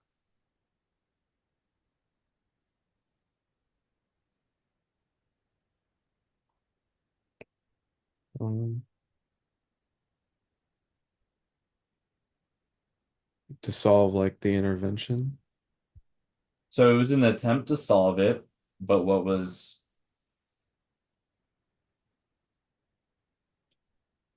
so read what we wrote for paragraph It three. says solve using image, Imagination. imagination and intellect Uh-huh. perspective, but not accurate. Okay. And then they give the Cyrus example and then guides intellect, but not reality. So it's shown to like guide intellect, but Okay. not reality.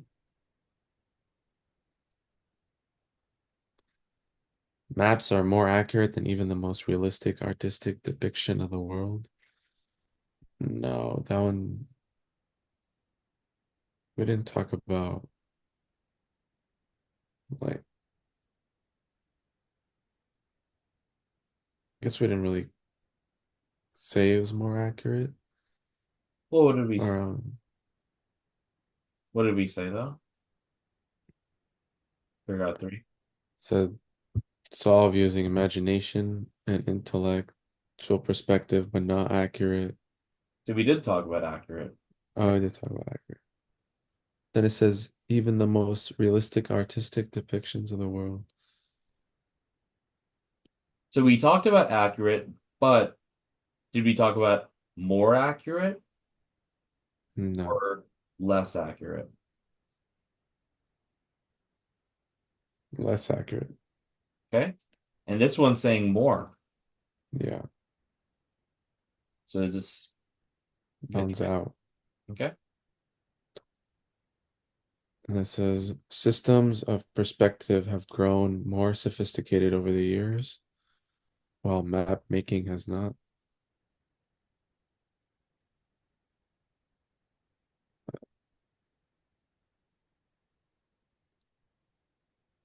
It doesn't really talking about grown more sophisticated over the years. Yeah, so now this could be something that we can say is out of scope because we did not talk about, for instance, the history of map making, right? Mm-hmm. Because they could have said the first map that people made is less accurate than the modern day map, right? Mm-hmm. But they didn't Yeah. say anything right about maps getting more sophisticated over the years, so we could say Yeah. scope for that one. Mm-hmm. But I still want you to be very careful about Yeah. scope. Okay. And then it says both afford a clearer view of the reality beneath everyday objects.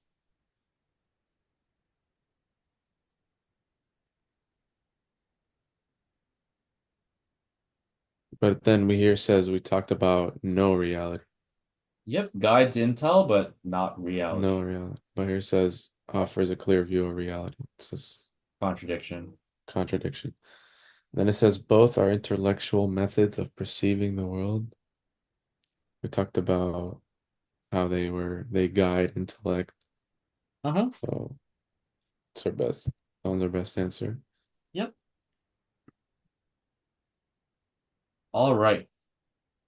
So, how do you feel? Um, I'm still a little bit struggling with like Hmm. what the question's asking and Got it. Got it. Okay. yeah. Let's take let's go back to the first question here and let's talk a little bit more about it. So now, first of all, from the map that we wrote, I wrote these additional things to help you kind of understand. So I'm going to write some additional stuff here. So for instance, like paragraph one, I would say that um saison first objective in parentheses. This means, you know, without intervention. Hmm.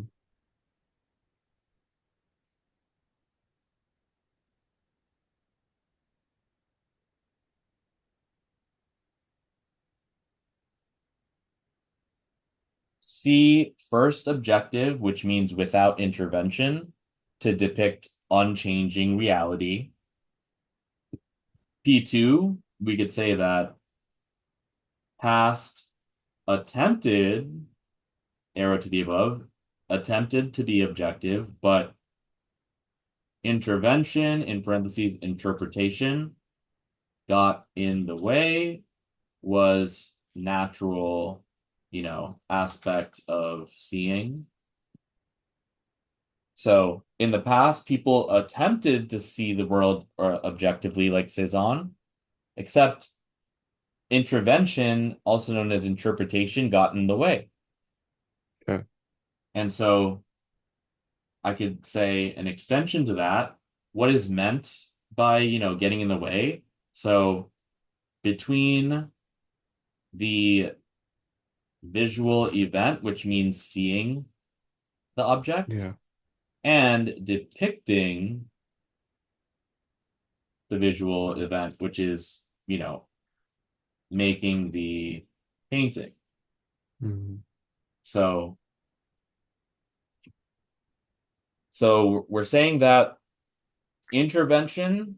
Oh, and then also in paragraph one, we said before intervention, by the mind or emotions. So we're saying if you want, so Cezanne succeeded in objective because he did not have the intervention. And then Yeah. he said that in the past, people tried to draw things objectively, but they could not get past that barrier of interpretation, aka intervention, which is something that happens between seeing the object and drawing it, right? Yeah. And then we said paragraph three attempts to solve intervention through imagination and intellect, but these fail to show reality. And then we can say, paragraph four, that throughout history, um, could see, visual event, but not depict because, but not depict essentially, and then C succeeded though. Yeah. So all of this means that interpretation equals reason why objective, um, you know, painting was not working or was Yeah. not possible. Okay. So now if we can equate these, we could see that in this question, it's asking simply about interpretation, and we know interpretation is the reason why objectivity was not um, reached. Hmm. And that means that A is out because that says interpretation makes it easier to see objectively. So A is out. And then C, if Cezanne is so important because because he was able to draw objectively, and we know interpretation is the reason why objective painting was not possible, that means that Cezanne can't possibly have done interpretation, right? Yeah. And then D, if Cezanne's the first one to do objective, it means that he's the first one to not do interpretation. So there's no sense that it interpretation should become dominant after Cezanne. Yeah.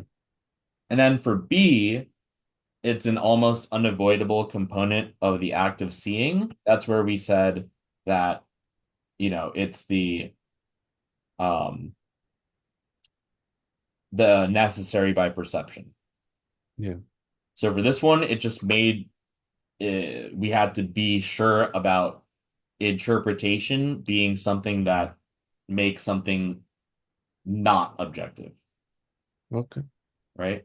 Then if you go to the next one, now this one they're asking for that overall main idea, and and I think you were saying for like A that they didn't talk about sensory stuff, Hmm. but we want to look for something that lines up with our main idea, and that's how we were able to get C. Yeah. Yeah. But This one made sense, but I okay, feel good. like Yep. for Hmm. um this one I struggled between like Ah, depicting, which is like depicting an art, and then yep, perceiving. yep, yep, Like that one, I don't know. It was like a yeah. 50-50 toss up for me. So that's why I went back and for paragraph two, I included this other part here to just Mm. show you that that intervention or interpretation was something getting in between that visual event and the depiction of the visual event. So Yeah.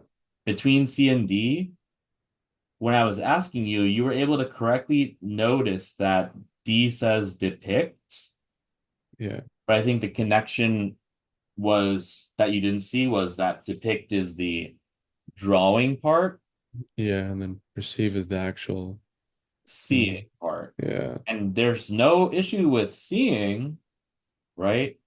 But issue with depicting it in the Yeah. painting.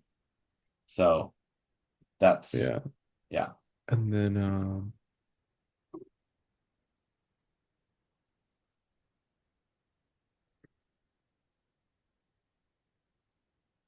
so it made sense.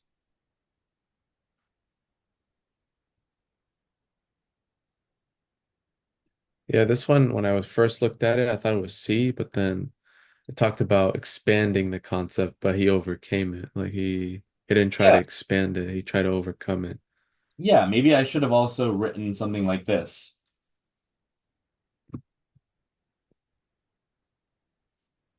Saison does not equal interpretation. Interpretation, yeah. So that could have That also, would help. Yeah. Okay. yeah.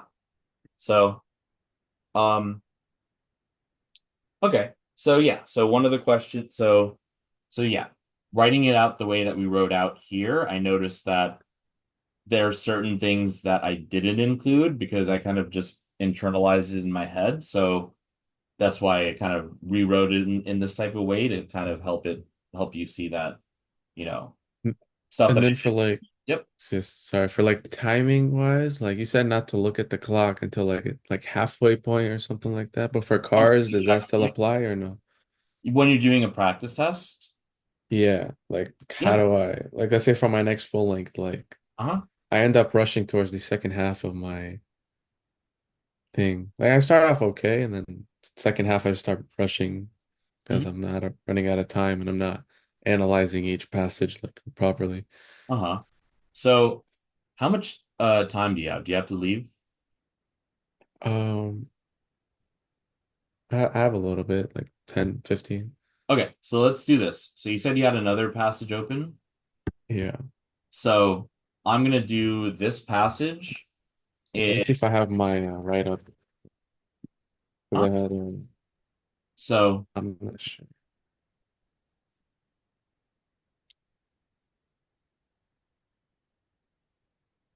I have like like a little map, but I didn't do it all the way. Like I did like four paragraphs. I did a map.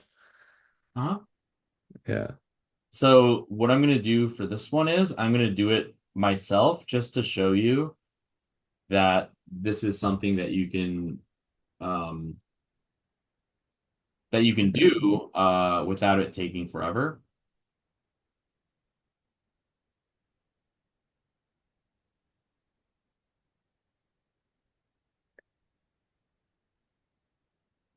right? So um okay, so I'm just gonna start and to show you, but yeah. So for instance, let's see. Okay, let's see. Blues was to emerge in the 1920s and 1930s as one of the most popular forms of Black secular music, but it was by no means the only form of music to be performed by touring entertainers. Okay, blues, a type of music in the 20s and 30s, one of the most popular Black secular meaning, not separate from the church. Yeah. But it wasn't the only way. It wasn't the only form. So I'm going to say no only form. So that's our new idea. And then the place that these shows both, the place of these shows both in helping to spread aspects of the blues and in providing work for traveling bluesmen has never been properly appreciated. Okay. So let's see.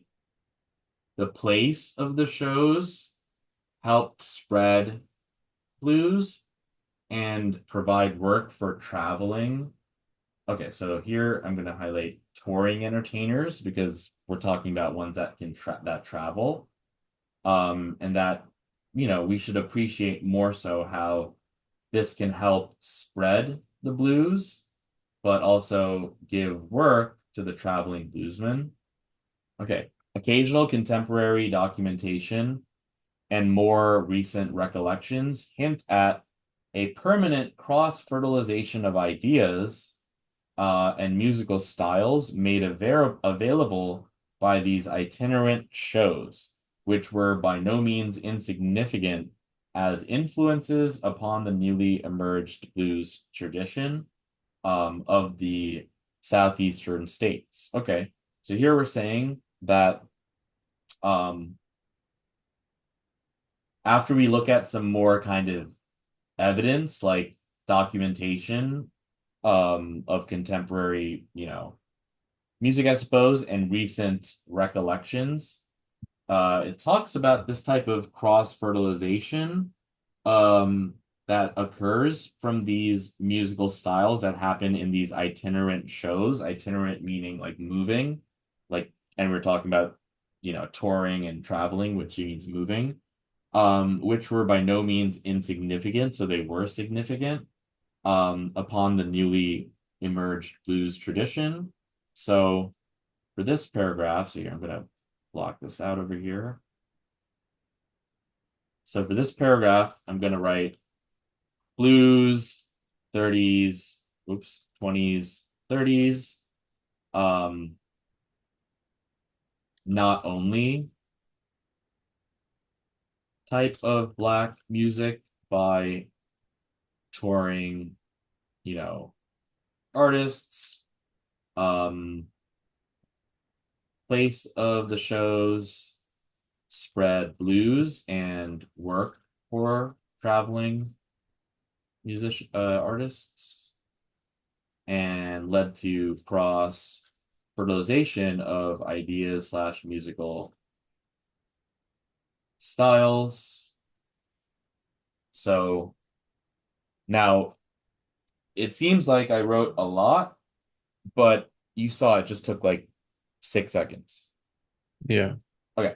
Oral histories of both jazzmen and bluesmen make frequent reference um, to touring shows, which influenced their early development and in which they took part as they commenced to shape their playing careers. So now they're saying that according to like oral history of bluesmen and jazzmen, that they talk about how, so oral histories, how touring shows influenced their development and the type of musicians that they became afterwards. So we're talking more about the touring entertainers, which means that they're moving and that it influenced lots of these musicians. And then it says this was the case whether they were to remain professional musicians, as was often the case of the jazzmen who frequently played in dance bands, rather than jazz bands as such, or whether they could rarely have been considered professional musicians, which was the case for the bluesmen. Okay, so we're saying that this influence happened from touring shows for these types of musicians, but it's a little different for each type. For instance, if the jazz person played in a dance band, they were considered to be, I guess, more professional compared to just if you were in a jazz band or just if you were bluesman. Hmm. So here I can say arrow to the above, touring influenced, you know, musicians, and jazz plus band equals professional, unlike jazz band slash bluesman. All right, and then next Hmm. paragraph. Broadly speaking, however, these two groups of musicians seldom overlapped. So a new idea here saying that the groups didn't have much overlap, so they're quite different. The jazzmen, often formally taught by trained musicians, gravitated towards a middle class role. So jazzmen, middle class role. Bluesmen, um, oh, so also jazzmen were formally taught, but the bluesmen were not formally taught, right? So untrained, and appealed to the lowest economic group. So paragraph 3, jazzmen formally taught middle class and bluesmen, not like informally taught and lowest socioeconomic group. The division between rural and urban was never quite as simple as earlier critics maintained, with separation of blues into supposed country and city styles. Okay, now it's a new idea that talks about the difference between rural and urban and how that division is not as simple as people used to think. People used to think that blues could be in, yeah, I guess one or the other. But anyway, then we say in our classic analysis of folk culture, Foster appreciated that folk society was not isolated, but was part of a larger social unit, clearly an integral part of some cities. This remains true of largely pre-industrial cities, but the industrial cities to which rural blacks flocked in the first third of the century still offered much that was the same as the regions from which they had come. So for this paragraph, I could say that division between rural and urban, um, not as simple. And according to Foster, he says essentially that, let's see, um, well, we could say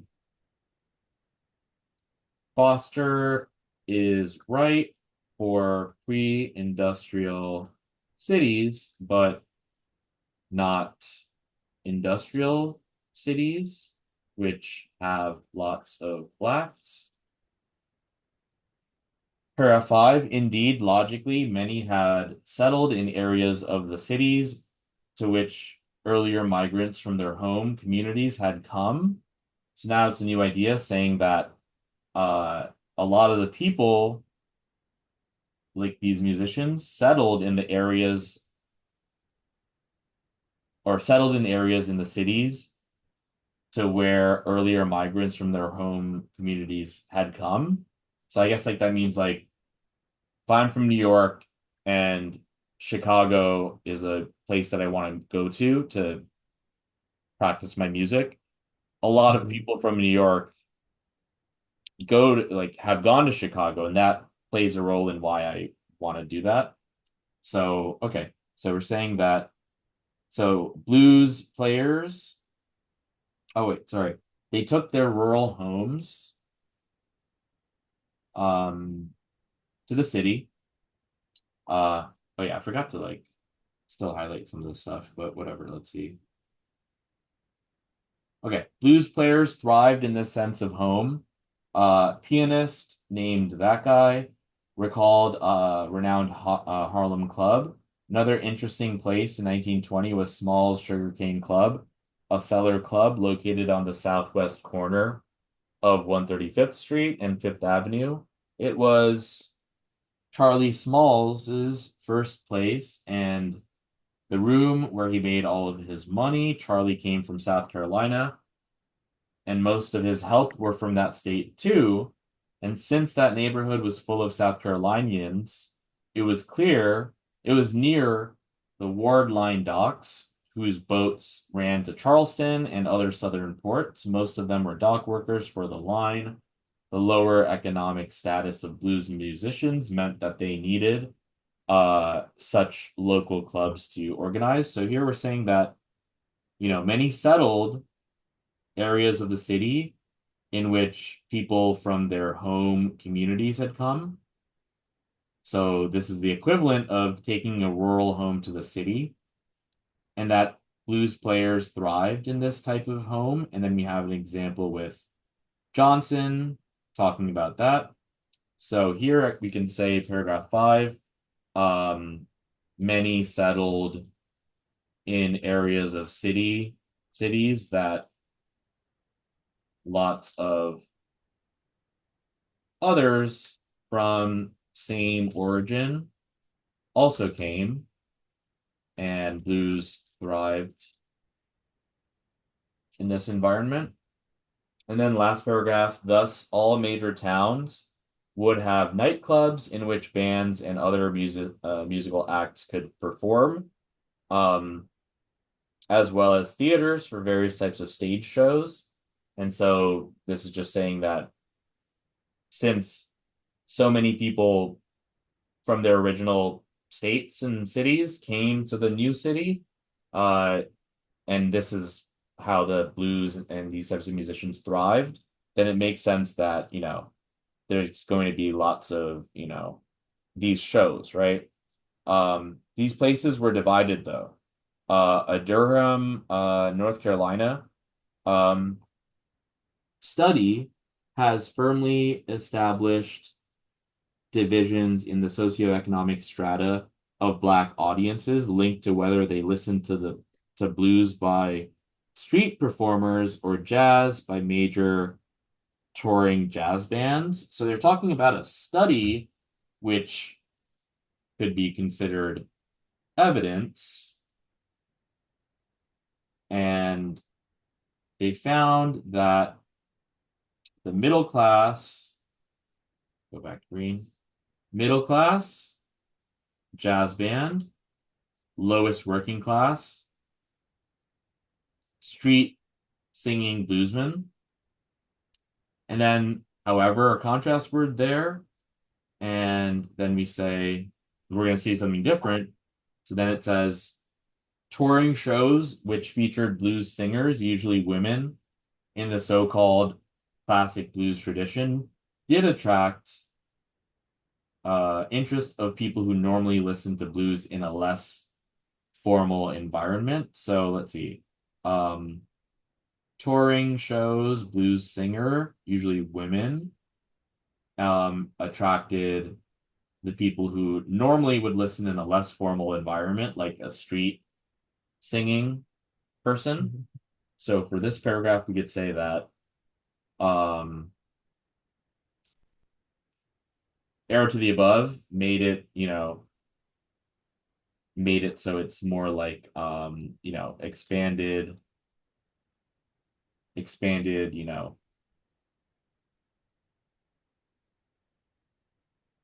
these types of shows.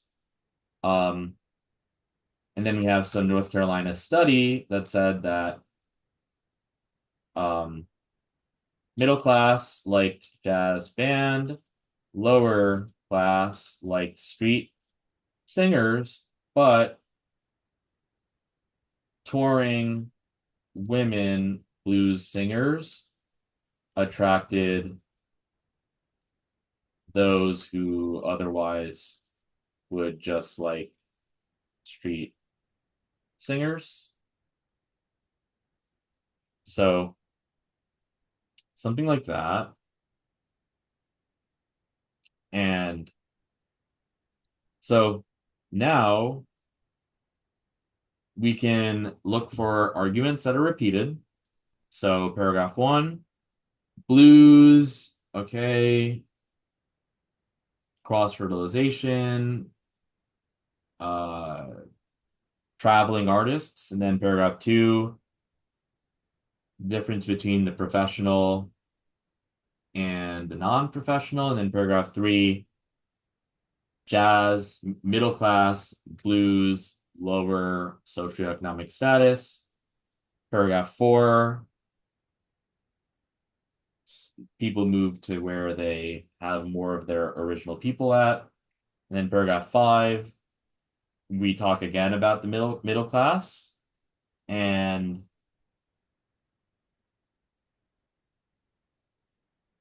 okay, and then lower class. So I think what I mostly see then is this class kind of thing. Mhm. Um, so maybe for the main idea here, I would say um, jazz,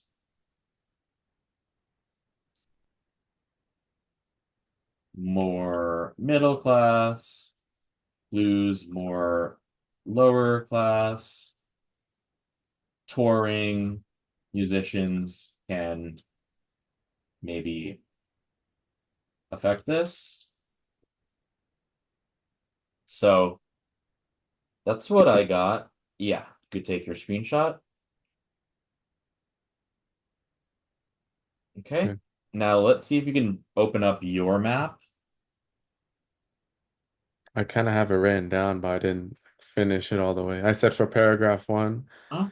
blues was popular black secular music, but not only, I think I said it's like not only form of music. But that's kind of all I wrote for that. So wrote something like this blues was popular black secular music, but not only a form of music. Yeah. All right. And then for paragraph two, I put just Jasmine versus like the bluesman. Okay. And And what that's about kind of all I have there. And I was, so that would be a good example of where you want to say what makes them different. hmm So, because you're still making it like a summary, And we know that there's a difference between the two, but we want to know what that difference is, Okay. right? And so for me, I wrote that the jazz band or whatever was considered to be more professional, um, and that the bluesman is considered to be like less professional, right? Hmm. All right. And then what did you write for paragraph three? I said there was an overlap between the groups, and then there's like a middle class and then a Wait. lower economic. So it says, broadly speaking, however, these two groups of musicians seldom overlapped. What's seldom? No, I'm not sure. So seldom means rarely, Oh. but you could have also seen that because then they say that the jazzmen gravitated towards middle class and the bluesmen gravitated towards lower class. So Mm, if they were saying this wasn't overlap, what they say after isn't an overlap, right? mm, So, yeah, I didn't read that properly. I thought it was like uh talking about the similarities. okay. So, and also you see in the previous paragraph, you wrote how they're different, Yeah, right? And so we want to be careful there. So, okay, what else did you put for paragraph three? I just said there was a middle class and then there was like a low economic group. What about the middle class and what about the low? No, that's just all I have written down. I thought there was like what I got from it was like Something there was different. like similarity. Yeah. Okay, so you want to, so in addition to it really being no, that there's rarely an overlap, you still want to write like who's part of the middle class, like who's Hmm. part of the low socioeconomic class, right? Okay. Because because that and that's what I mean by like you don't want to do a summary, you don't want to do like a distant view at it. You want to recognize arguments, right? And for instance, Yeah. if you say that there's an overlap, that's not an argument, right? Or if you say that some is middle class, some is lower class, that's not an Hmm. argument, right?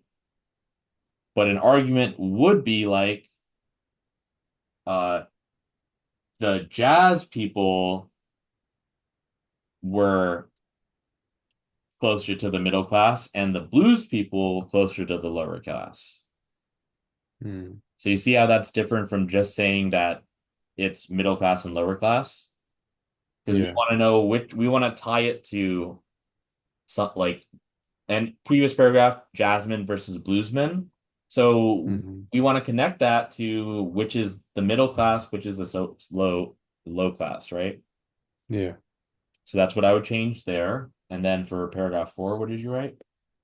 It's kind of similar to paragraph two. I said there was like a division between the rural versus urban, and that's it. Kind of the same. Like just recognizing rural versus urban. Okay. So um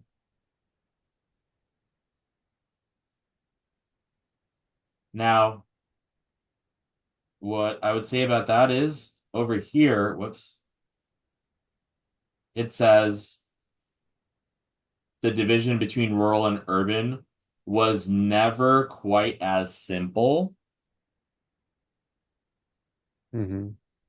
So, and then we say this Foster guy talks about how there's the, pre-industrial cities and industrial cities, and that how the industrial cities became a place that a lot of the rural blacks went to.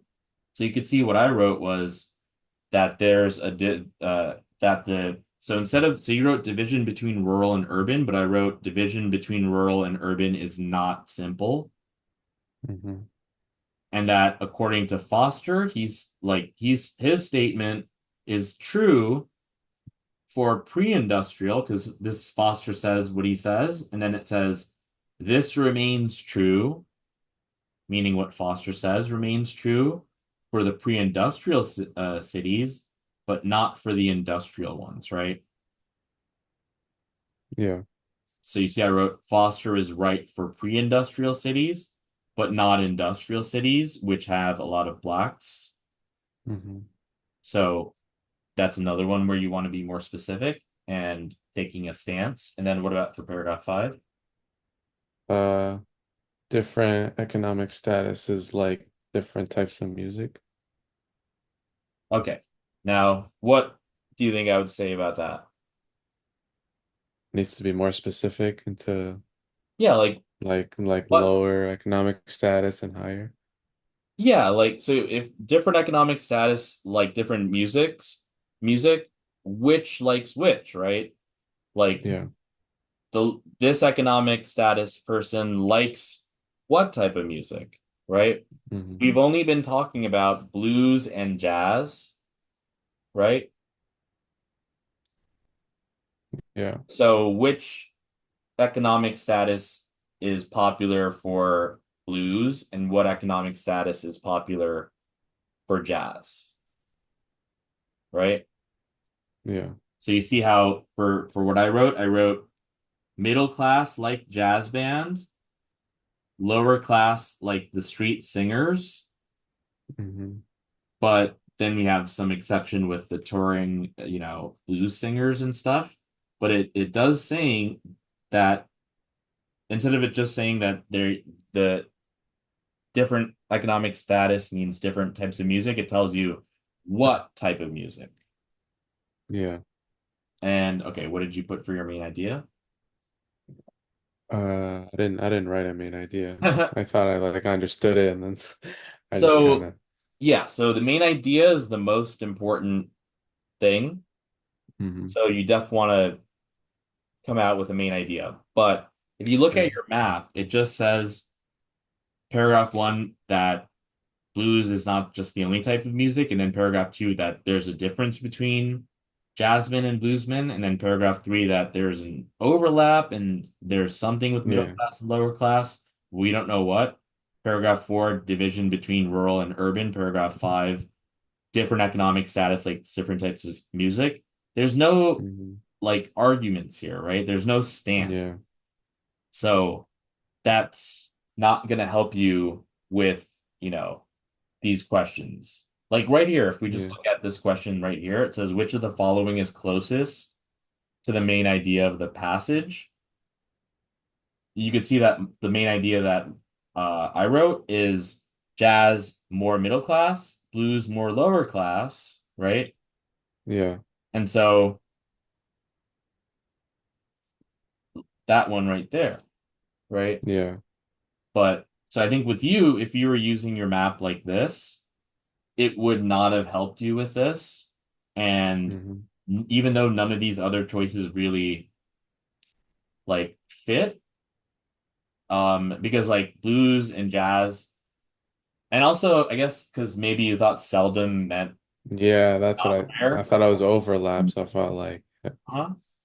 So, um, but also when they said that they seldom overlap, they don't mean like the music, like they just mean that there's overlap in terms of, or that really it means that there isn't overlap in terms of the economic status yeah. of people who like these things, but it didn't mean that they played, each other's music, right? Hmm. So I would maybe screenshot like the map again, but with the stuff that you wrote on the right. Yeah.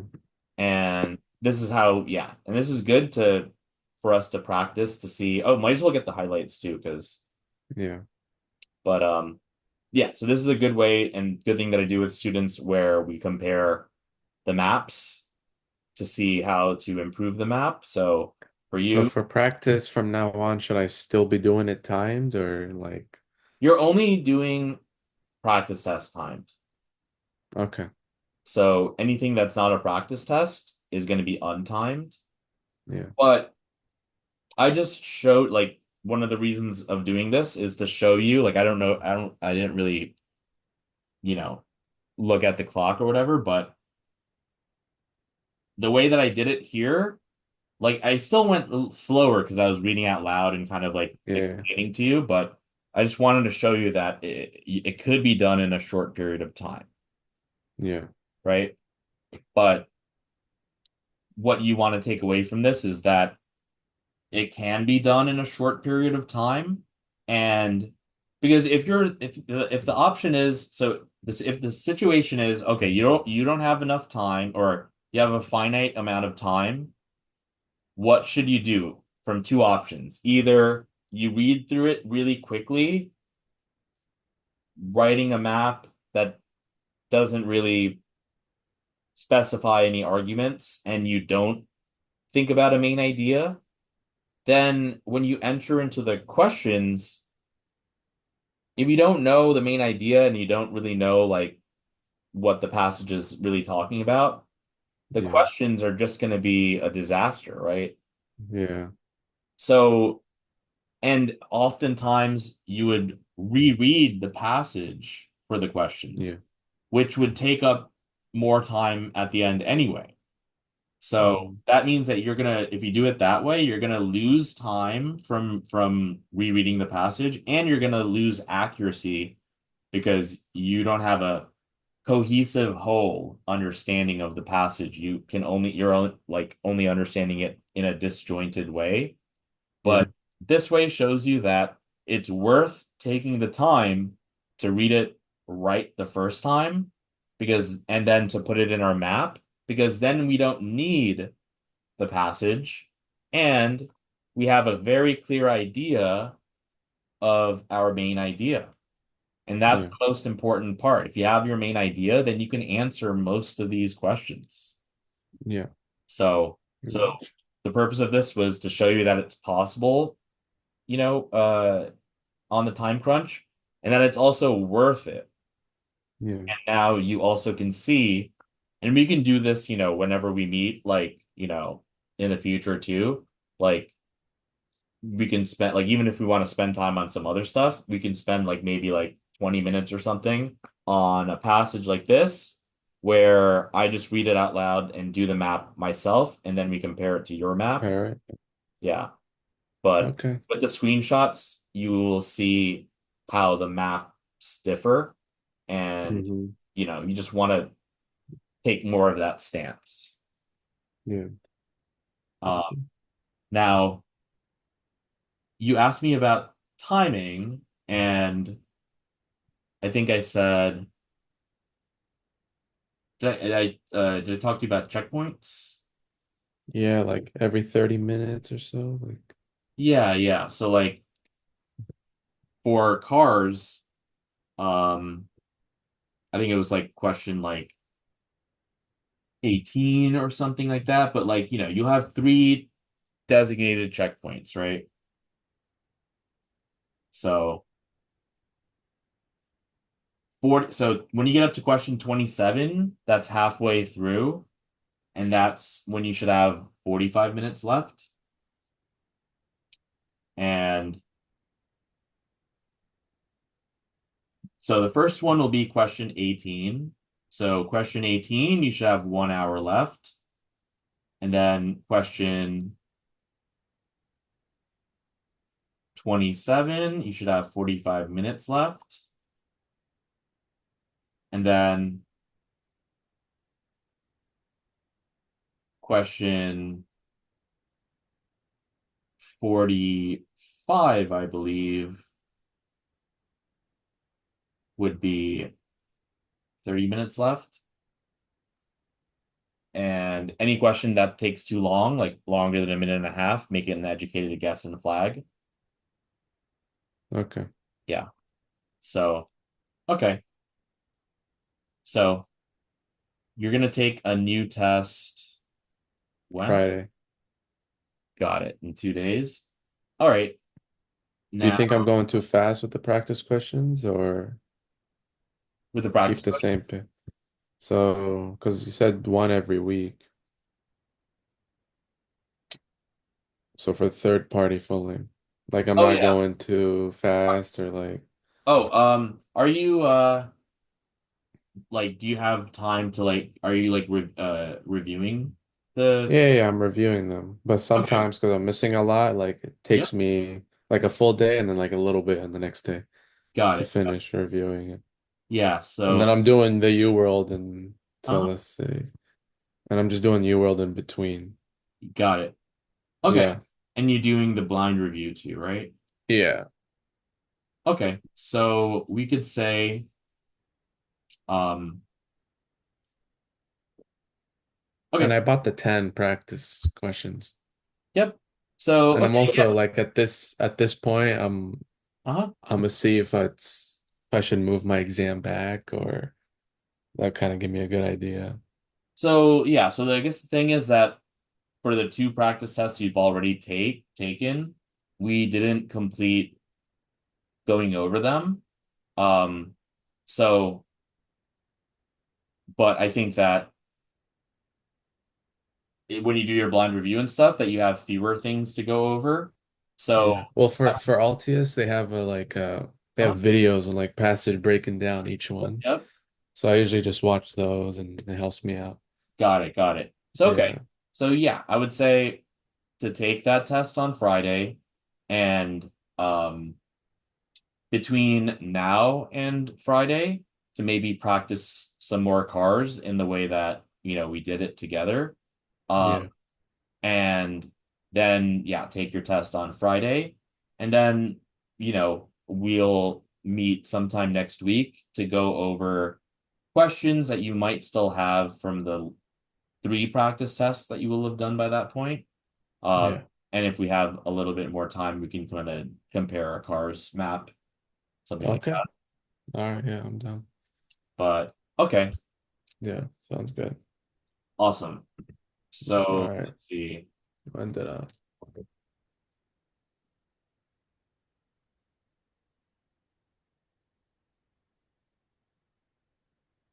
Sorry, it took a bit longer than I expected, but should be 207. Okay.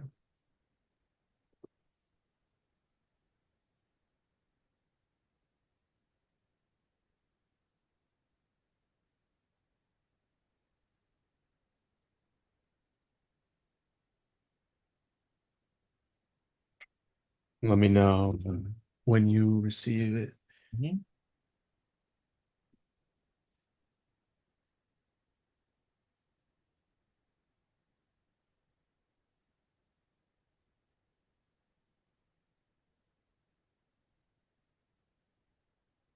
I got it.